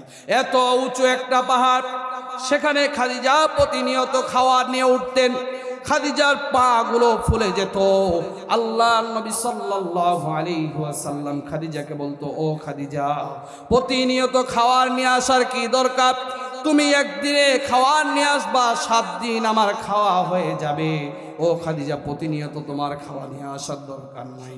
খাদিজাতুল কুবরা রাদিয়াল্লাহু তাআলা আনহা জবাব ছিল, ও নবী, ও আমার প্রাণপ্রিয় স্বামী, যতক্ষণ পর্যন্ত আপনার মুখে আমি খাওয়া তুলে দিতে পারি না, ততক্ষণ পর্যন্ত আমি খাদিজার মুখের ভিতরে খাওয়া যায় না। বলি সুবহানাল্লাহ। এমন স্ত্রী পাওয়া যাবে? রাতের বেলা বাজার থেকে যদি একটু ফিরতে দেরি হয়, যদি রাতের বেলা ডাকেন, ও ফাতেমার মা, একটু উঠো, ঠান্ডার দিন, পানি একটু গরম করে দাও, ভাত একটু গরম করে দাও, তাহলেই দেখবেন লেপের নিচে কি গরম, তার উপরে বেশি গরম। এই কথা বলেন ঠিক কিনা? ও মা, তোমার স্বামী তো তোমার খাওয়ান জোগানোর জন্য, তোমার সন্তানের খাওয়ান জোগানোর জন্যই তো সারাদিন বাঠে ঘাটে বাইরে দোকানে পড়ে থাকে। কথা বলেন ঠিক কিনা? রাতের বেলা যখন বাসায় ফিরবে এই স্বামীর খেদমত করতেই হবে তোমাকে, এর কোনো বিকল্প নাই। এজন্য মা বোনদেরকে বলবো, ও মা, তোমাদেরকে স্বামীর খেদমত করতে হবে। খাদিজার জীবনে যদি তোমরা শুনো, মা খাদিজাতুল কুবরা প্রত্যেক দিন সেই গারে গুহার উপরে উঠত, খাদিজার পা গুলো ফুলে যেত। খাদিজাতুল কুবরা রাদিয়াল্লাহু তাআলা আনহাকে যখন নবী বলেছিলেন তোমাকে প্রতিদিন আসার দরকার নাই, কারণ এত উঁচু পাহাড় তোমার উঠতে কষ্ট হয়, আমি বুঝতে পারি। খাদিজা বলেছিলেন আপনার যতক্ষণ পর্যন্ত আপনার মুখের ভিতরে আমি খাওয়া তুলে দিতে পারি না, ততক্ষণ পর্যন্ত আমি খাদিজার মুখের ভিতরে এক লোকমা খাওয়া আমার পেটে যায় না। বলি আল্লাহু আকবার। খাদিজাতুল কুবরা যখন এই প্রতিনিয়ত যখন আল্লাহর নবী সাল্লাল্লাহু আলাইহি ওয়াসাল্লামের জন্য খাওয়া নিয়ে যাওয়া শুরু করেছেন, আল্লাহ পাক রব্বুল আলামিন খাদিজার উপরে খুশি হয়ে গিয়েছেন। এমন খুশি হয়েছেন খাদিজাতুল কুবরা রাদিয়াল্লাহু তাআলা আনহাকে আল্লাহ পাক রব্বুল আলামিন নিজে আসমান থেকে জিবরাইল আমিনের মধ্য দিয়ে আল্লাহ পাক রব্বুল আলামিন সালাম জানিয়ে দিয়েছে। বলেছেন, ও জিবরাইল চলে যাও। কোথায় যাব? বলে গারে গুহার ভিতরে চলে যাও। ওই যে দেখো খাদিজা আসতেছে। খাদিজা যখন আসবে আমার তরফ থেকে তুমি খাদিজাকে সালাম জানিয়ে দিবা। কেন তুমি সালাম জানিয়ে দিবা? খাদিজা তার স্বামীর এত খেদমত করেছে, আমি আল্লাহ তাআলা খাদিজার উপরে খুশি হয়ে গিয়েছি, তুমি খাদিজাকে সালাম জানিয়ে দাও। এবার জিবরাইল আমিন নবী করিম সাল্লাল্লাহু আলাইহি ওয়াসাল্লামের কাছে এসে বসে গিয়েছেন। বসে গিয়ে মুস্কি হাসতেছেন। নবী করিম সাল্লাল্লাহু আলাইহি ওয়াসাল্লাম জিবরাইলকে দেখে বললেন, ভাই জিবরাইল কি খবর? আজকে কেন জানি তুমি মুস্কি হাসতেছো, কারণ কি? এবার জিবরাইল আমিন বলতেছেন, ও নবী, আজকে সুসংবাদ রয়েছে খাদিজার জন্য। খাদিজার উপরে আল্লাহ তাআলা এত খুশি হয়েছে, আল্লাহ পাক রব্বুল আলামিন খাদিজাকে আল্লাহ তাআলা স্বয়ং আসমান থেকে সালাম জানিয়েছে। বলি আল্লাহু আকবার। শুধু তাই গো নবী, ও নবী, শুধু তাই নয়, খাদিজাকে শুধু আল্লাহর সালাম জানালে হবে না, আমি এসেছি আমার সহ সালাম আপনি খাদিজাকে জানিয়ে দিবেন। এত খুশি আল্লাহ পাক রব্বুল আলামিন খাদিজার উপরে হয়ে গিয়েছে।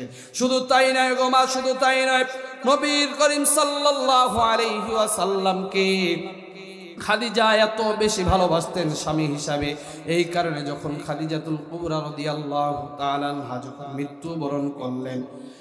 মৃত্যুবরণ করার পরে নবী করিম সাল্লাল্লাহু আলাইহি ওয়াসাল্লাম খাদিজার দাফন কার্য সেরে ফেললেন।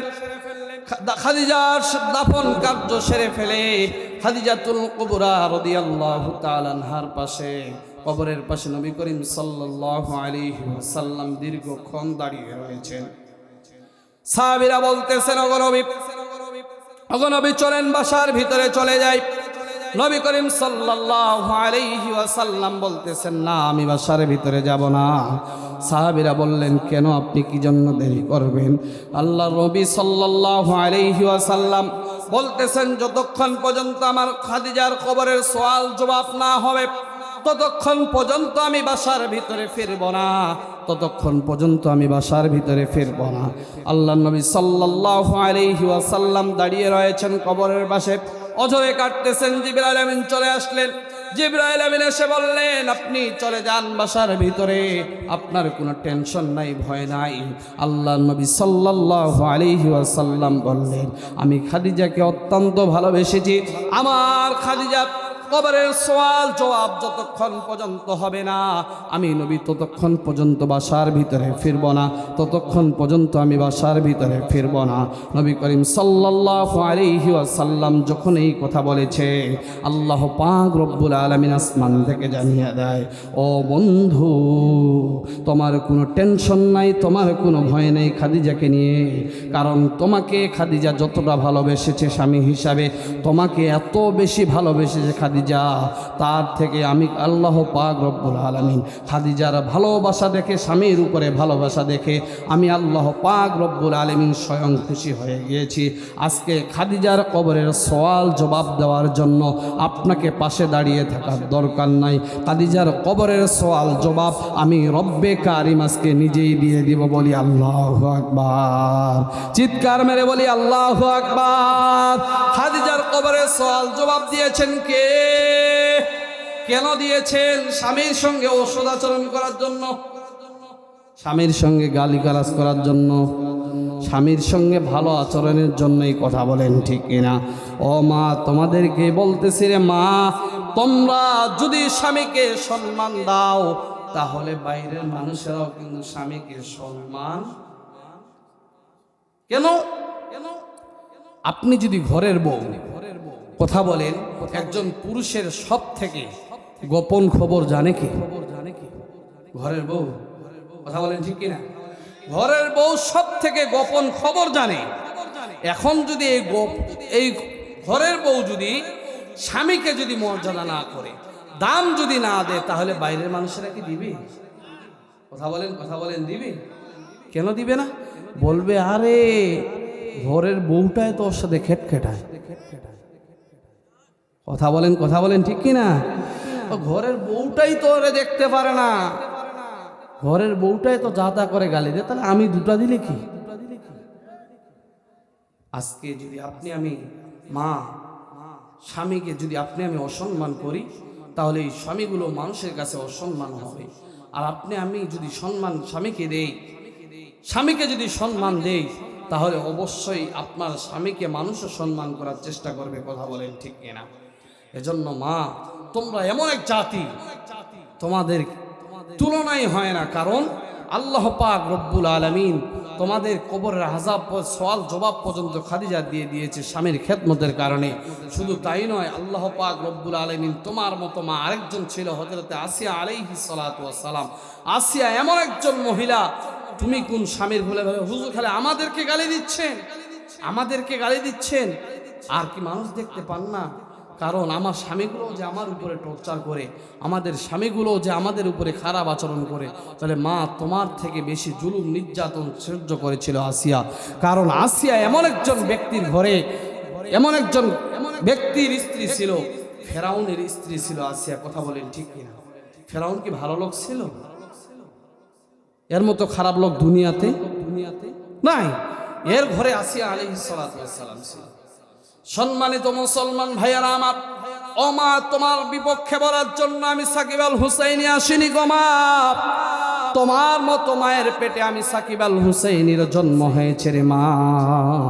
এজন্য তোমাদের বিপক্ষে আমি কথা বলবো না, তোমাদের ভুলগুলো শুধু ধরিয়ে দিব, আপনারা যেন সংশোধনে আসতে পারেন। কারণ আপনাদের জন্য জান্নাত যাওয়া খুব সহজ। ও মা, তোমার মতো মা ছিল হযরতে আসিয়া আলাইহিস সালাতু ওয়াস সালাম। ফেরাউনের স্ত্রী ছিল হযরতে আসিয়া আলাইহিস সালাতু ওয়াস সালাম। হযরতে আসিয়া আলাইহিস সালাতু ওয়াস সালাম যখন ইসলাম ধর্ম গ্রহণ করেছে, ফেরাউন যখন জানতে পারল আমার প্রাণ প্রিয় স্ত্রী ইসলাম ধর্ম গ্রহণ করেছে, এক রাতের বেলা আসিয়া আলাইহিস সালাতু ওয়াস সালাম আল্লাহর নামের জিকির করতেছেন। আল্লাহর নামের যখন জিকির করতেছেন, ফেরাউন ডেকে ডেকে বললেন, ও স্ত্রী, তুমি কার নামের জিকির করো? এবার আসিয়া আলাইহিস সালাতু ওয়াস সালাম বললেন, আমাকে যে রব দুনিয়ার জমিনে সৃষ্টি করেছে, আমি সেই রবের নামের জিকির করতেছি। বলেন আল্লাহু আকবার। ফেরাউনের মাথা গরম হয়ে গেল। হায় হায়, আমার স্ত্রী বলে কি? আমার স্ত্রী নাকি আমাকে খোদা মানে না? আমার স্ত্রী যদি আমাকে খোদা না মানে, এই কথা যদি বাইরে যদি ছড়িয়ে পড়ে, তাহলে তো বাইরের মানুষেরা আমাকে খোদা মানবে। কেন মানবে না? বলে তার ঘরের স্ত্রী তো তাকে খোদা মানে না, কারণ গোপন তথ্য স্ত্রী জানে, গোপন তথ্য তো স্ত্রী জানে।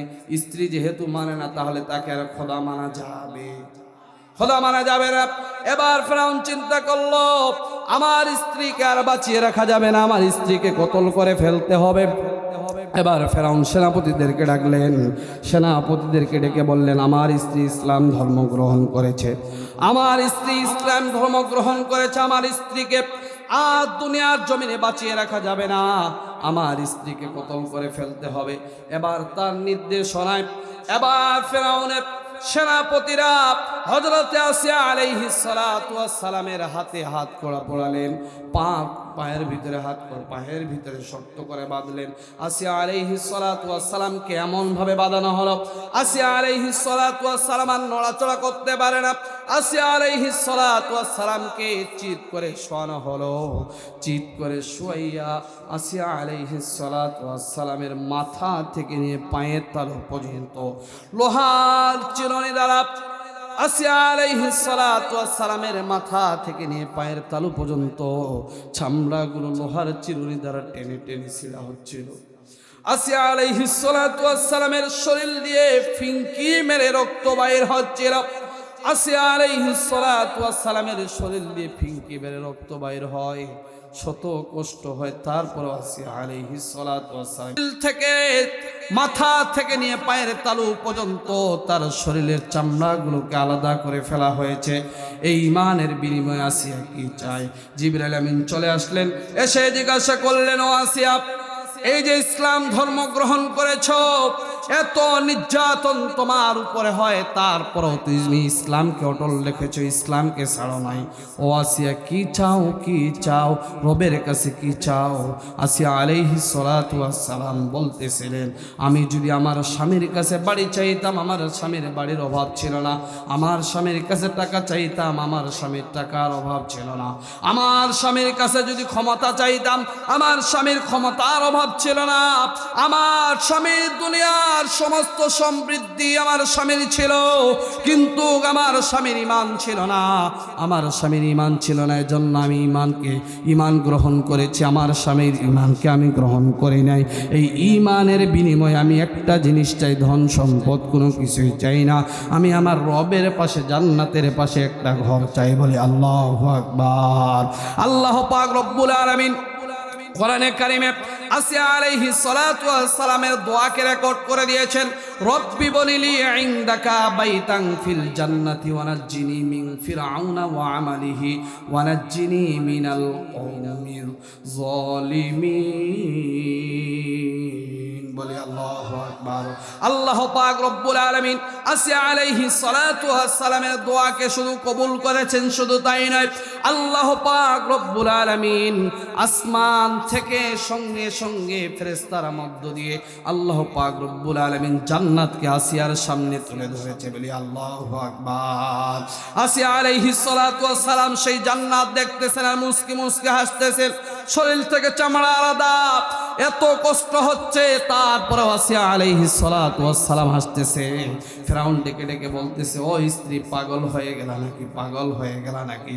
আসিয়া আলাইহিস সালাতু ওয়াস সালাম বলতেছেন, ও স্বামী, আজকে আমি পাগল হয়ে যাই নাই। যে রবের ঈমান, যে রবের প্রতি ঈমান নিয়ে এসেছি, সেই রব এই ঈমানের প্রতিদান আমার সামনেই তুলে ধরেছে। বলি আল্লাহু আকবার।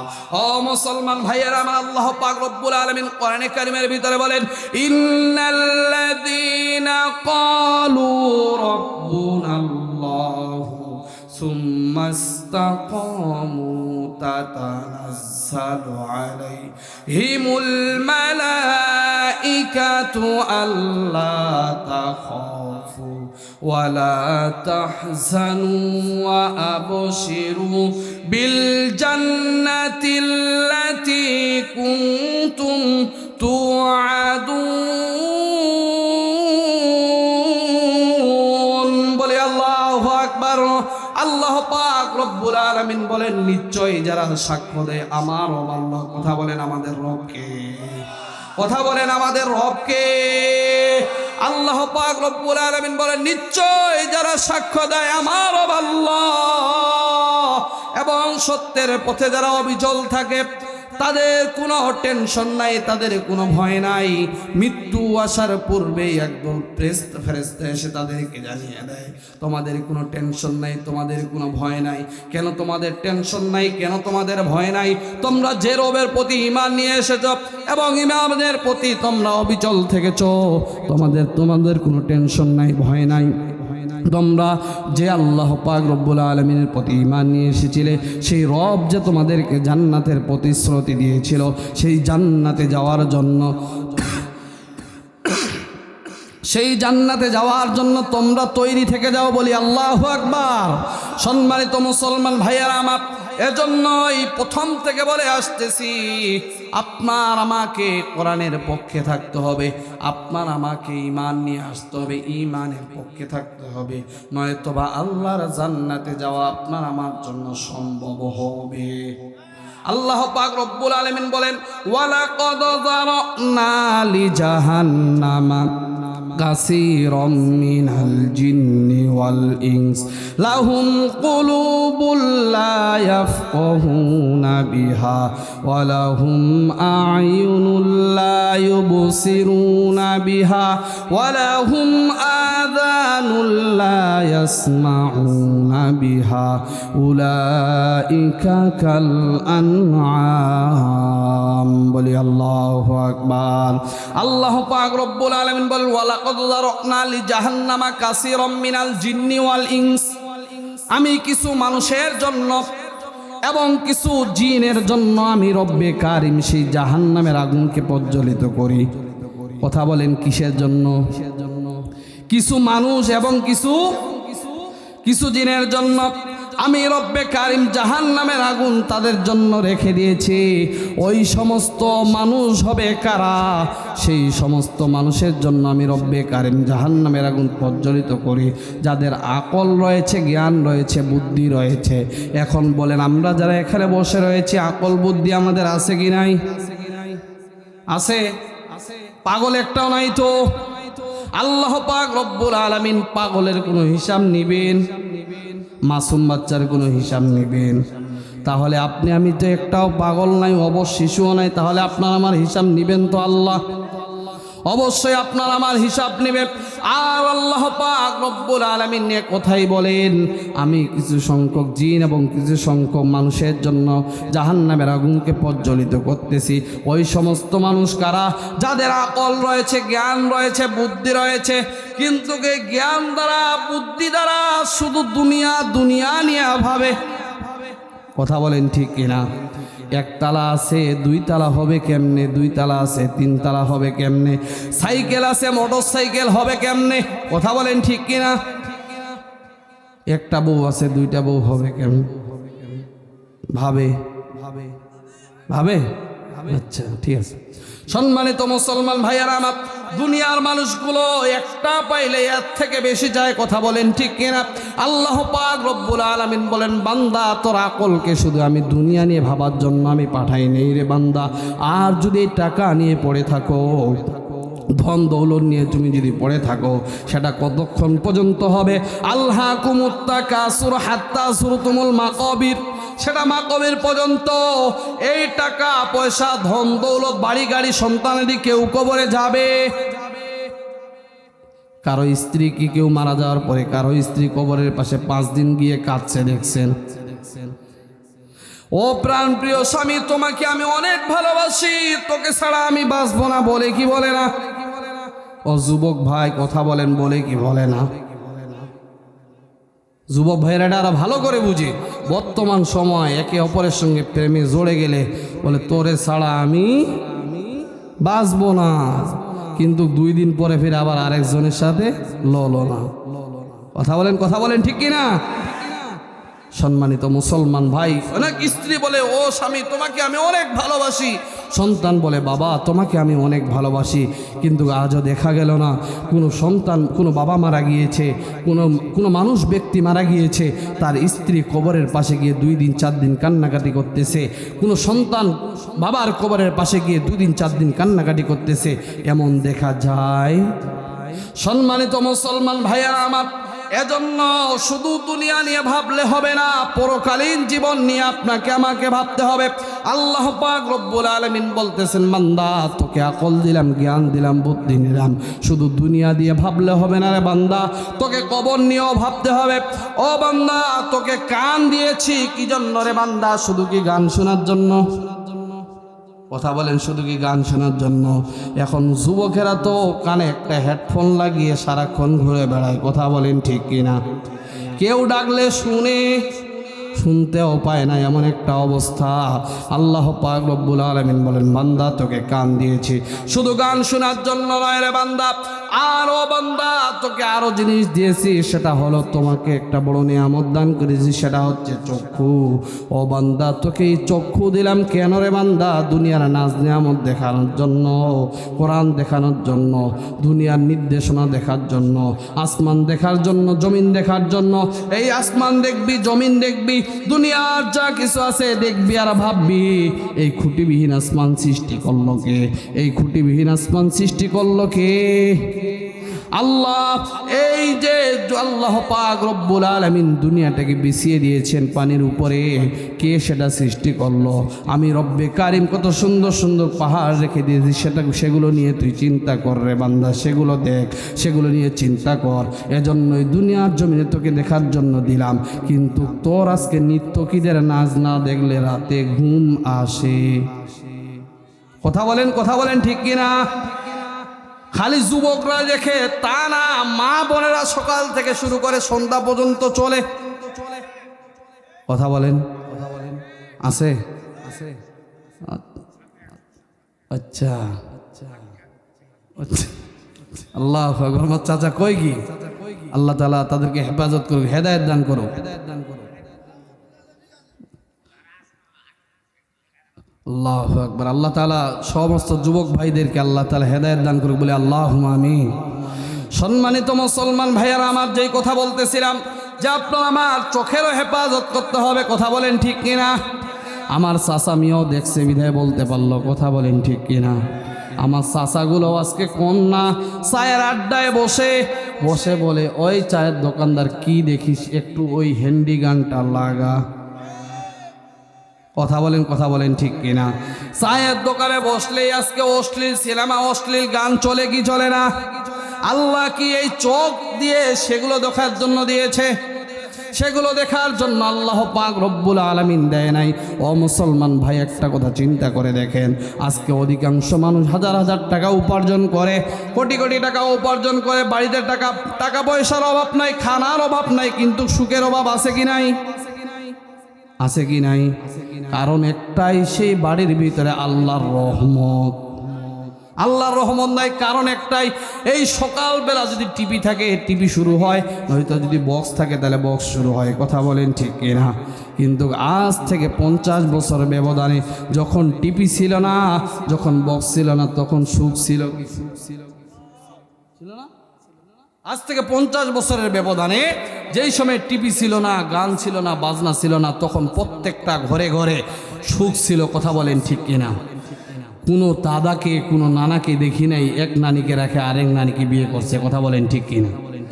এক দাদা 12-14টা সন্তান জন্ম দিয়েছে, কিন্তু আরেকজনের কাছে যায়নি, আরেকটা বিয়ে করার কল্পনাও কখনো করেনি।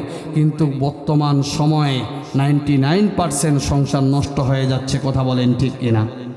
সম্মানিত মুসলমান ভাইয়েরা আমার, ও মা বোনেরা, সংসারগুলোর ভিতরে অশান্তির কারণ একটাই, এই টেলিভিশন। কথা বলেন ঠিক কিনা? স্বামী স্ত্রী ঝগড়া লাগবে কেমনে, শ্বশুর বউয়ের ঝগড়া লাগবে কেমনে? ইন্ডিয়ার নাস্তিকরা, বাইরের দেশের নাস্তিকরা সেই টেলিভিশনের মাধ্যমে দিন রাত মা বোনদেরকে দেখায়। কথা বলেন ঠিক কিনা? সেখানে অভিজ্ঞতা নেয় আর রাতের বেলা লাগায় মারামারি। কথা বলেন ঠিক কিনা? বর্তমান সময় এরকম, প্রত্যেকটা ফ্যামিলির একই অবস্থা। সুখের জন্য একজন স্বামী সারাদিন মাথার ঘাম পায়ে ফেলে জমিনের ভিতরে কাজ করে, কিন্তু স্ত্রী সেই সুখকে নষ্ট করে। ও মা, তোমাদেরকে বলতেছি রে মা, কারণ আল্লাহ পাক রব্বুল আলামিন বলেন, ওয়া মা আসাবাকুম মিন মুসিবাতিন ফাইমা কাসাবাত আইদিকুম ইয়াফু আন কাসির। আমি রব্বে আল্লাহ পাক রব্বুল আলামিন বলে, ইন্নাল্লাহা লা ইয়াজলিমু মিসকালা যাররা ওয়া ইন তাকু হাসানাতুন ইউদাইফা ওয়া ইউতি মিন লাদুনহু আজরান আযীমা। আল্লাহ পাক রব্বুল আলামিন বলেন, তোমাদের উপরে আমি পরিমাণ জুলুম আমি জুলুম করি না। তোমরা যখন নেক আমল করো, সেটাকে 10 গুণ বাড়িয়ে তার প্রতিদান তোমাদেরকে দান করি। আর তোমাদের উপরে যেগুলো বিপদ আপদ আসে, ওমা আসাবাকুম মিন মুসিবাতিন ফাইমা কাসাবাত আইদিকুম ওয়া ইয়াফু আন কাসির, এই যে বিপদ আপদ আসে সেগুলো হচ্ছে তোমাদের 2 হাতের কামাই। কথা বলেন, কয় হাতের কামাই? দুই হাতের কামাই। বলে হুজুর কেমনে কামাই করি? বলে এই যে আপনার চোখ দ্বারা আপনি টেলিভিশন দেখেন, আপনার কান দ্বারা আপনি গান শ্রবণ করেন, এভাবেই আপনি সেগুলো বিপদ আপদগুলো আপনি কামাই করেন। আল্লাহ পাক রব্বুল আলামিন বলেছেন যেখানে কোরআন তেলাওয়াত বেশি হয়, যেখানে নামাজি লোক বেশি হয়, সেখানে আমি রব্বে কারিমের রহমত বেশি হয়। বলি সুবহানাল্লাহ। আর যেখানে কোরআন তেলাওয়াত হয় না, যেখানে আমি রব্বে কারিমকে ডাকানো হয় না, সেখানে আমি রব্বে কারিমের গজব নাজিল হয়। বলি নাউজুবিল্লাহ। আজকে থেকে 50 বছর ব্যবধানে আমার চাচারা বলতে পারবে, যখন বাড়ির ভিতরে যখন টেলিভিশন ছিল না, বাড়ির ভিতরে যখন রিমোট ছিল না, তখন শান্তি ছিল। 50 বছরের ব্যবধানে আপনার আমার ঘরে যখন কোরআনের বদলায় যখন টেলিভিশন ঢুকে গিয়েছে, রিমোটে কোরআনের বদলায় যখন টেলিভিশন ঢুকে গিয়েছে, তসবির বদলায় যখন রিমোট চলে এসেছে, জায়নামাজের বদলায় যখন সোফা সেটগুলো শান্তির জন্য চলে এসেছে, আজ কয়েক বছরের ব্যবধানে আপনার আমার ঘর থেকে শান্তি নামক দৌলত হারিয়ে গিয়েছে। কথা বলেন ঠিক কিনা? এজন্য মা বোনদেরকে বলবো, মা তোমরা সম্মানী, তোমরাই পারো পরিবারের সুখ ফিরিয়ে আনতে। ও মা, তুমি যদি ফজরের নামাজ আদায় করো, ফজরের নামাজ আদায় করে কোরআনে কারীম তেলাওয়াত করে যদি আল্লাহর কাছে দোয়া করলে মা, তাহলে আমি মনে করি আল্লাহ পাক রব্বুল আলামিন সেই বাড়ির ভিতরে রহমত দিবে। কথা বলে ঠিক কিনা? আর তুমি যদি সকালবেলা উঠে যদি তুমি নামাজও না আদায় করো, কোরআনে কারীম তেলাওয়াত তুমি যদি না করো, তুমি যদি সকালবেলা উঠে টেলিভিশনটা ছেড়ে দাও, তাহলে আল্লাহর গজব কিন্তু আসাটাই স্বাভাবিক। কথা বলেন ঠিক কিনা? এজনকে মা বোনদের প্রতি অকুল আবেদন থাকবে, মা তোমার স্বামী কষ্ট করে সুখের জন্য, সেই সুখটা তুমি টেলিভিশন চালু করে বক্স বাজিয়ে সেই সুখটাকে নষ্ট করিও না মা। এজন্য মাদের প্রতি অকুল আবেদন থাকবে। আল্লাহ পাক রব্বুল আলামিন, আমি বলতেছিলাম এই চোখের হেফাজত করতে হবে। কথা বলেন ঠিক কিনা? প্রধান বক্তা আপনাদের চলে এসেছে, প্রধান বক্তা কিছুক্ষণের ভিতরে আপনাদের মাঝে চলে আসবে। এজন্য আপনাদেরকে আপনি বলতে চাই, আল্লাহ পাক রব্বুল আলামিন যে জ্ঞান আপনাকে আমাকে দিয়েছেন, যে চোখ দিয়েছেন, যে আপনাকে আমাকে কান দিয়েছেন, এগুলোর হেফাজত করতে হবে কি হবে না? আর যদি আমি যদি হেফাজত না করি, আল্লাহ পাক রব্বুল আলামিন ডেকে ডেকে বলেন, উলাইকা কাল্লানাম বাল হুম আদল। ওই মানুষগুলো হলো চতুষ্পদ প্রাণীর থেকেও নিকৃষ্ট, ওই মানুষগুলো হলো চতুষ্পদ প্রাণীর থেকেও নিকৃষ্ট। আর সেই মানুষগুলোর জন্যই আমি রব্বে কারিম রেখে দিয়েছি জাহান্নাম। বলি নাউজুবিল্লাহ। ও মুসলমান ভাইয়েরা, আমার দিলের কানটা লাগিয়ে শুনবে, এই জাহান্নামের আগুন কতই না কঠিন হবে। আজকে আমি মনে করতেছি এই জাহান্নামটা মনে হয় খুব সহজ জায়গা হবে। ও মুসলমান ভাই, এই দুনিয়ার জমিনে আগুন কি দেখছি, এই দুনিয়ার জমিনের আগুন যদি হাতে লাগে, পায়ে লাগে, সেই জায়গাগুলোতে ফোসা উঠে যায়। কতবার কত ডাক্তারের কাছে দৌড়াই। কথা বলেন ঠিক কিনা? একটু মহলম লাগাই, জায়গাটার যেন জ্বলন যেন বন্ধ হয়, ব্যথা যেন বন্ধ হয়। ও মুসলমান ভাই, দুনিয়ার কি আগুন! আল্লাহ রাসূল সাল্লাল্লাহু আলাইহি ওয়াসাল্লাম বলেন, এই দুনিয়ার আগুন যা দেখো ও বান্দারা, দুনিয়ার আগুনের থেকে 70 গুণ তাপ সেই জাহান্নামের আগুনের হবে। এই জাহান্নামের আগুনের থেকে 70 গুণ তাপ বেশি হবে। এই জাহান্নামের আগুন যখন মানুষের শরীরে লেগে যাবে, মানুষের শরীরের চামড়া থেকে নিয়ে মানুষের শরীরের মাংস থেকে নিয়ে চর্বিগুলো সঙ্গে সঙ্গে মানুষের কি হবে, আগুনের তাপে জ্বলে ফুসকে শেষ হয়ে যাবে। মানুষগুলো মনে করবে হয়তো আমি পুড়ে যাচ্ছি, ছাই হয়ে যাচ্ছে, আমি হয়তো মৃত্যুবরণ করব। কিন্তু মানুষগুলো মৃত্যুবরণ করবে না, মানুষগুলোকে আবার পুনরায় সেরকমভাবে করা হবে, পুনরায় করি আবার সেই জাহান্নামের আগুনের ভিতরে পুরানো হবে। ও মুসলমান ভাই, একবার চিন্তা করে দেখেন সেদিন কি অবস্থা হবে। আজকে আমি নামাজের ফাঁকি দেই, বলি কাজ রয়েছে, দোকানদারি রয়েছে, মা বোনরা মনে করে বাড়ির কাজ রয়েছে, নামাজ ফাঁকি দেয়। এজন্য ভাই নামাজ ফাঁকি দেওয়া যাবে না। কেন? কোনো সংসারের অজুহাত, কোনো স্ত্রীর অজুহাত, কোনো সন্তানের অজুহাত, কোনো অজুহাত সেদিন খাটবে। কিয়ামতের ময়দানটা এমন এক জায়গা হবে, আল্লাহ পাক রব্বুল আলামিন কোরআনে কারীমের ভিতরে বলেন, ইয়াউমা ইয়াফিরুল মারউ মিন আখি ওয়া উম্মিহি ওয়া আবি।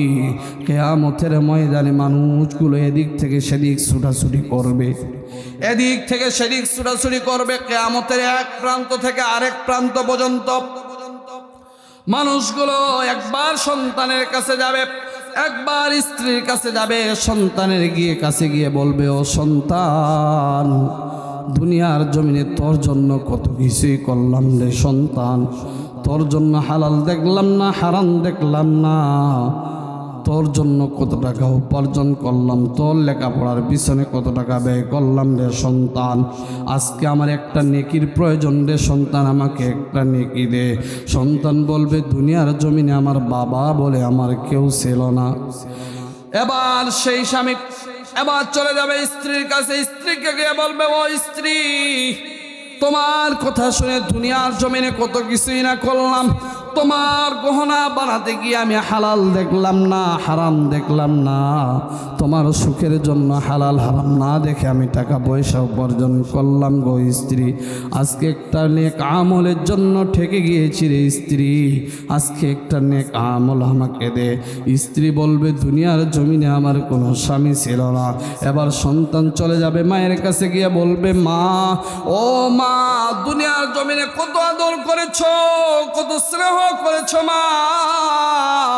রাতের বেলা আমি যখন বিছানার ভিতরে পেশাব করেছি, পায়খানা করেছি রে মা, রাত জেগে জেগে তুমি আমার কাপড় চেঞ্জ করে দিয়েছো রে মা। আজকে একটা নেকির প্রয়োজন রে মা, আজকে আমাকে একটা নেকি দাও। মাও সেদিন অস্বীকার করবে, দুনিয়ার জমিনে আমার কোনো সন্তান ছিল না। ও মুসলমান ভাই, কিয়ামতের ময়দানটা এমন এক জায়গা হবে, সেদিন কেউ কাউকে সেদিন চিনবে না। শুধু তাই নয়, হযরতে আনাস রাদিয়াল্লাহু তাআলা আনহুর হাদিস নিয়ে এসেছেন, কিয়ামতের ময়দানে মানুষগুলোকে খালি পায়ে কিয়ামতের ময়দানে তুলানো হবে। তাদের পায়ে কোনো জুতা থাকবে না, শরীরে কোনো কাপড় থাকবে না। এই কথা শুনে আল্লাহ রাসূল সাল্লাল্লাহু আলাইহি ওয়াসাল্লামকে একজন মহিলা প্রশ্ন করে বসলেন, ওগো নবী, কিয়ামতের ময়দানে যদি মানুষের যদি শরীরে কাপড় না থাকে, মানুষগুলো তো উলঙ্গ অবস্থায় উঠবে, একে অপরের লজ্জাস্থান দেখবে আর হাসতে থাকবে। আল্লাহ রাসূল সাল্লাল্লাহু আলাইহি ওয়াসাল্লাম বলেন, ও মা, তুমি কি প্রশ্ন করতেছো, তুমি কি প্রশ্ন করো?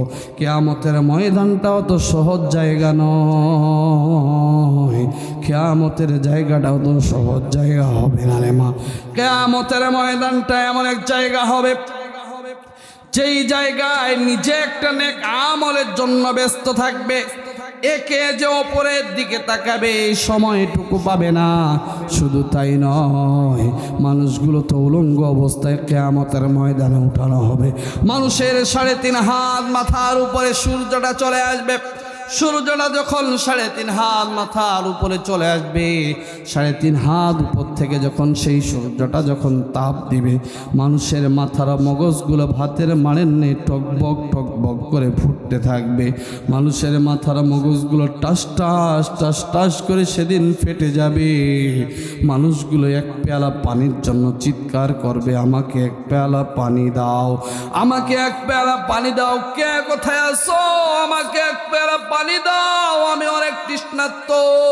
যখন মানুষটা এক পেয়ালা পানির জন্য যখন চিৎকার করবে, আল্লাহ পাক রব্বুল আলামিন ফেরেশতাদেরকে ডাক দিয়ে বলবেন, ও আমার ফেরেশতারা, ওই যে আমার নাফরমান বান্দা, যে দুনিয়ার জমিনে আমার কত নাজ নিয়ামত খেয়েছে, আমার দেওয়া দুনিয়ার জমিনের ভিতরে চলেছে, আমার দেওয়া জমিনের ফসলের ভাত খেয়েছে, আমার দেওয়া পুকুরের মাছ খেয়েছে, আমার শত নিয়ামত খেয়েছে, কিন্তু আমার নাশকরি করেছে।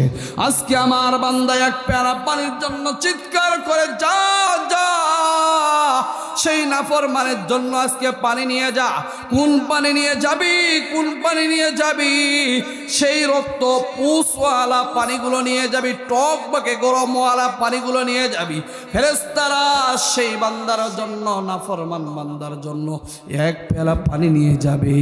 সেই রক্ত পুষওয়ালা গরম পানিগুলো যখন নিয়ে যাওয়া হবে, সেই ব্যক্তির সামনে যখন দেওয়া হবে, এত তৃষ্ণার্ত থাকবে, তৃষ্ণার জ্বালায় সেই গরম পানি, রক্ত পুষওয়ালা পানি দেখার সময় থাকবে না।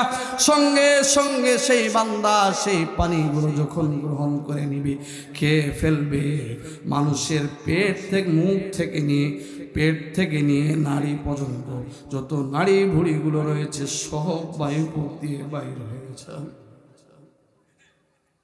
ও মুসলমান ভাই, কি দুনিয়া নিয়ে পাগল আপনি, আমি কোন দুনিয়া নিয়ে পাগল? একবার চিন্তা করেন সেদিন কোন অবস্থা হবে। একবার চোখটা বন্ধ করেন, যে দুনিয়ার মায়ায় পড়ে আপনি আমি সব কিছু আজকে ইবাদত করতেছি না, নামাজ পড়তেছি না, রোজার সময় রোজা করি না, নামাজের সময় ব্যস্ততা দেখাই, নামাজের সময় পরিবারের কাজ দেখাই, দোকানের কাজ দেখাই, যাদের জন্য করি।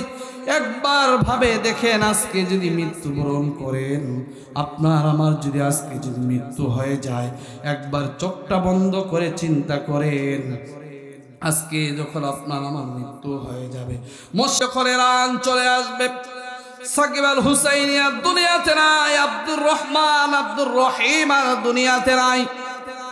আপনার আমার এলাকার মানুষগুলো সকলে একত্রিত হয়ে যাবে, সকলে একত্রিত হয়ে যাবে, সকলে একত্রিত হয়ে গিয়ে আপনাকে আমাকে গোসল করাবে। যেই সন্তান আপনার আমার ছিল, যেই সন্তানদেরকে ঈদে পর্বে দাওয়াত দিলে তারা হাসতো না, আপনার আমার লাশ পড়ে থাকবে, খবর হয়ে যাবে অমুক ব্যক্তি নাই। আপনার আমার সকল সন্তান বাসার ভিতরে আসবে, আপনার আমার মৃত দেহ পড়ে থাকবে। সন্তানের কথা শুনতে পাবো, ছেলের কথা শুনতে পাবো, কন্যার কথা শুনতে পাবো, কিন্তু মুখ ফুটিয়ে যে বলবো, ও বাবা ঈদের সময় আসলি না, ঈদের সময় দাওয়াত দিলাম আসলি না, কিন্তু আজকে ভাই বোন সকলে একত্রিত হয়ে গেছিস, কারণ কি এই কথা বলার আর সেদিন সুযোগ থাকবে? কথা বলেন, সেদিন কি আর এই সুযোগ থাকবে? সেদিন আর এই সুযোগ থাকবে না। আপনার আমার সেই কবরে নিয়ে যাওয়া হবে, আপনার আমার প্রিয়জনগুলো সুন্দর করে গোসল করিয়ে সেই কবরের ভিতরে নিয়ে যাওয়া হবে। যখন কবরে নিয়ে যাওয়া হবে, একবার চিন্তা করে দেখেন, যখন সেই কবরে আপনাকে আমাকে রাখা হবে, আপনার আমার সন্তান আপনাকে আমাকে কোলে করে নিয়ে সেই কবরের ভিতরে যখন নামবে, আপনার আমার সন্তান আপনাকে আমাকে হাতে করে নিয়ে সেই কবরে যখন নামবে, সন্তান লাশটাকে যখন রেখে দিবে, রেখে দিয়ে যখন সন্তান কাঁদতে কাঁদতে চলে আসবে, আপনি বাবা বারবার ডাকবেন, ও সন্তান আমাকে রেখে কই যাও, ও সন্তান আমাকে রেখে কই যাও, কই যাও, আমার পাশে একটু ডাকো। সন্তানকে বারবার ডাকবেন, কিন্তু আপনার সন্তান আপনার কথার জবাব দিবে না। আপনার সন্তান কবর থেকে উঠে যাবে, আপনার আমার সন্তান কবর থেকে উঠে যাবে, কবর থেকে উঠে গিয়ে আপনার আমার উপরে বাঁশ দেওয়া হবে, ছাটাই দেওয়া হবে, ছাটাই দিয়ে সে অন্ধকার কবরে আপনাকে আমাকে ডেকে ফেলা হবে। মুসলমান ভাই, একবার চিন্তা করেন, ও মা কিসের মায়ায় পড়ে, কিসের দোলে মায়ায় পড়ে, কিসের টাকা পয়সার মায়ায় পড়ে রে মা, আজকে তুমি আল্লাহর ইবাদত করো না, আল্লাহর গোলামি করো না রে মা। সেদিন কি অবস্থা সেদিন দাঁড়িয়েছে, কারো কবরে কেউ যাবে না, কারো হিসাব কেউ সেদিন আর দিবে না। নিজ নিজ হিসাব প্রত্যেক ব্যক্তিকে আপনাকে আমাকে দিতে হবে। কারণ যদি কেউ যদি কারো কবরের সওয়াল জবাব, কবরকে যদি আপনার আমার যদি নেক আমল ভালো না পায়, সেই কবর আপনার জন্য ভালো জায়গা হবে না। আপনি আমি যদি ভালো ব্যক্তি না হতে পারি, কবরের সওয়াল জবাব সহজ হবে না। এই কবর কাউকে চিনবে না, কোনো টাকাওয়ালাকে চিনবে না, কোনো বাড়িওয়ালাকে চিনবে না, কোনো গাড়িওয়ালাকে চিনবে না। যদি এই কবর যদি কাউকে চিনত, তাহলে এক নম্বরে একজন ব্যক্তিকে চিনত, সেটা হচ্ছে আমাদের নবীর মেয়ে, কলিজার টুকরা মেয়ে ফাতেমাকে চিনত। কথা বলেন ঠিক কিনা? তার মতো ব্যক্তি দুনিয়াতে ছিল। কেমন একজন সুনামধন্য ব্যক্তি ছিল, তিনি ছিলেন একজন নবীর মেয়ে, আসাদুল্লাহ ইবনে গালিবের স্ত্রী তিনি ছিলেন। শুধু তাই নয়, হাসান এবং হুসাইন জান্নাতের সর্দারনি, হাসান এবং হুসাইন জান্নাতের সর্দারের মা ছিলেন। কথা বলেন ঠিক কিনা?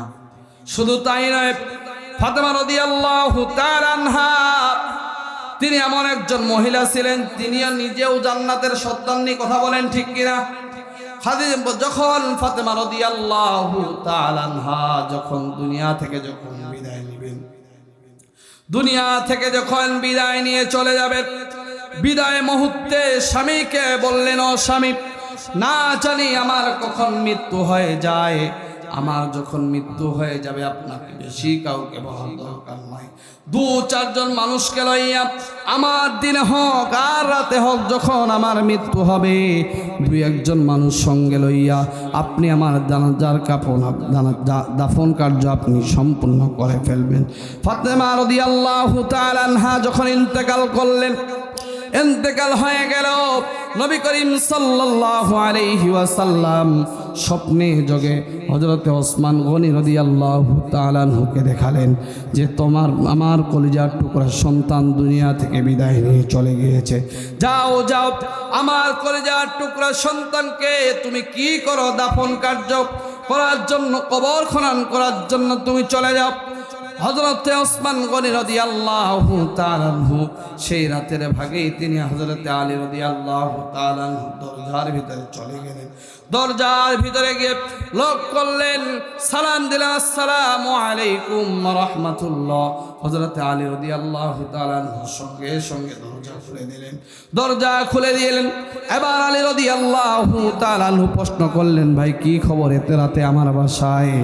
এবার ওসমান গনি রাদিয়াল্লাহু তাআলা আনহু বললেন, ভাই তোমার স্ত্রীর মৃত্যুর খবর হয়তো তুমি আমাকে জানাও নাই, কিন্তু তোমার স্ত্রী যে দুনিয়া থেকে বিদায় নিয়ে চলে গিয়েছে, তোমার স্ত্রী যে মৃত্যুবরণ করেছে, এই খবর আমাকে নবী মুহাম্মদুর রাসূলুল্লাহ সাল্লাল্লাহু আলাইহি ওয়াসাল্লাম জানিয়ে দিয়েছে। বলে আল্লাহু আকবার।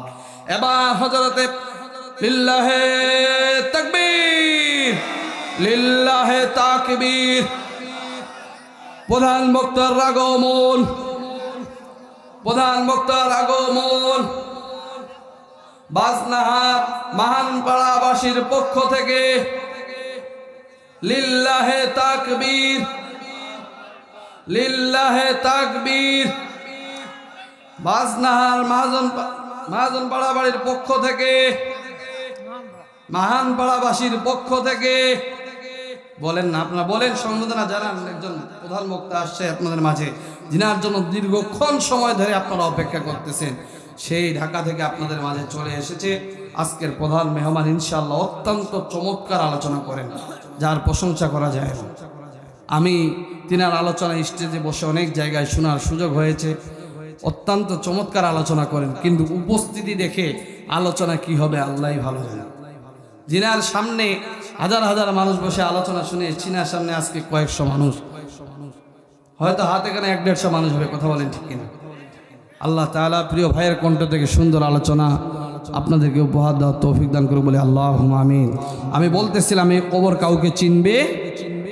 নবী করিম সাল্লাল্লাহু আলাইহি ওয়াসাল্লামের কলিজার টুকরা সন্তানকে যখন হযরতে ওসমান গনি রাদিয়াল্লাহু তাআলা আনহু যখন কবর খনন করা হয়ে গেল, কবর থেকে উঠতেছেন আর বলতেছেন, ভাই কবর তোমার মাঝে আজকে কে আসবে তুমি জানো? নবীজির কলিজার টুকরা সন্তান ফাতেমা তোমার ভিতরে আসবে। শুধু তাই নয়, হাসান হুসাইনের মা তোমার ভিতরে আসবে, আসাদুল্লাহ ইবনে গালিবের স্ত্রী তোমার ভিতরে আসবে, তোমার ভিতরে মা, তোমার ভিতরে আজকে জান্নাতের সন্ধানী তোমার ভিতরে আসবে। হযরতে ওসমান গনি রাদিয়াল্লাহু তাআলা আনহু কবর থেকে উঠতে দেরি হয়েছে, কবর থেকে সঙ্গে সঙ্গে জবাব চলে এসেছে, আমি কোন নবীজির মেয়েকে চিনি না, আমি হাসান হুসাইনের মাকে চিনি না, আসাদুল্লাহ ইবনে গালিবের স্ত্রী চিনি না। যার নেক আমল ভালো হবে আমি কবর তার জন্য ভালো আচরণ করব, আর যার নেক আমল ভালো হবে না আমি কবর তাকে দুই পাশ থেকে এমন চাপ দিব, এক পাঁজরের হাড় আরেক পাঁজরের ভিতরে ঢুকে যাবে। এজন্য আল্লাহ পাক সুবহানাহু ওয়া তাআলা আমি যেগুলো কথা বললাম আল্লাহ তাআলা প্রথমে আমাকে মানার মতো তৌফিক দান করুক, পরে আপনাদেরকে মানার মতো তৌফিক দান করবো, আল্লাহুম্মা আমিন। আল্লাহ তাআলা সকলকে কবরের পাথিক অর্জন করে আল্লাহ তাআলা কবরে যাওয়ার তৌফিক দান করুক। এই বলে আমার বক্তব্য শেষ করলাম। আখির দাওয়ানা আলহামদুলিল্লাহি রাব্বিল আলামিন। আসসালামু আলাইকুম ওয়া রাহমাতুল্লাহি ওয়া বারাকাতুহু।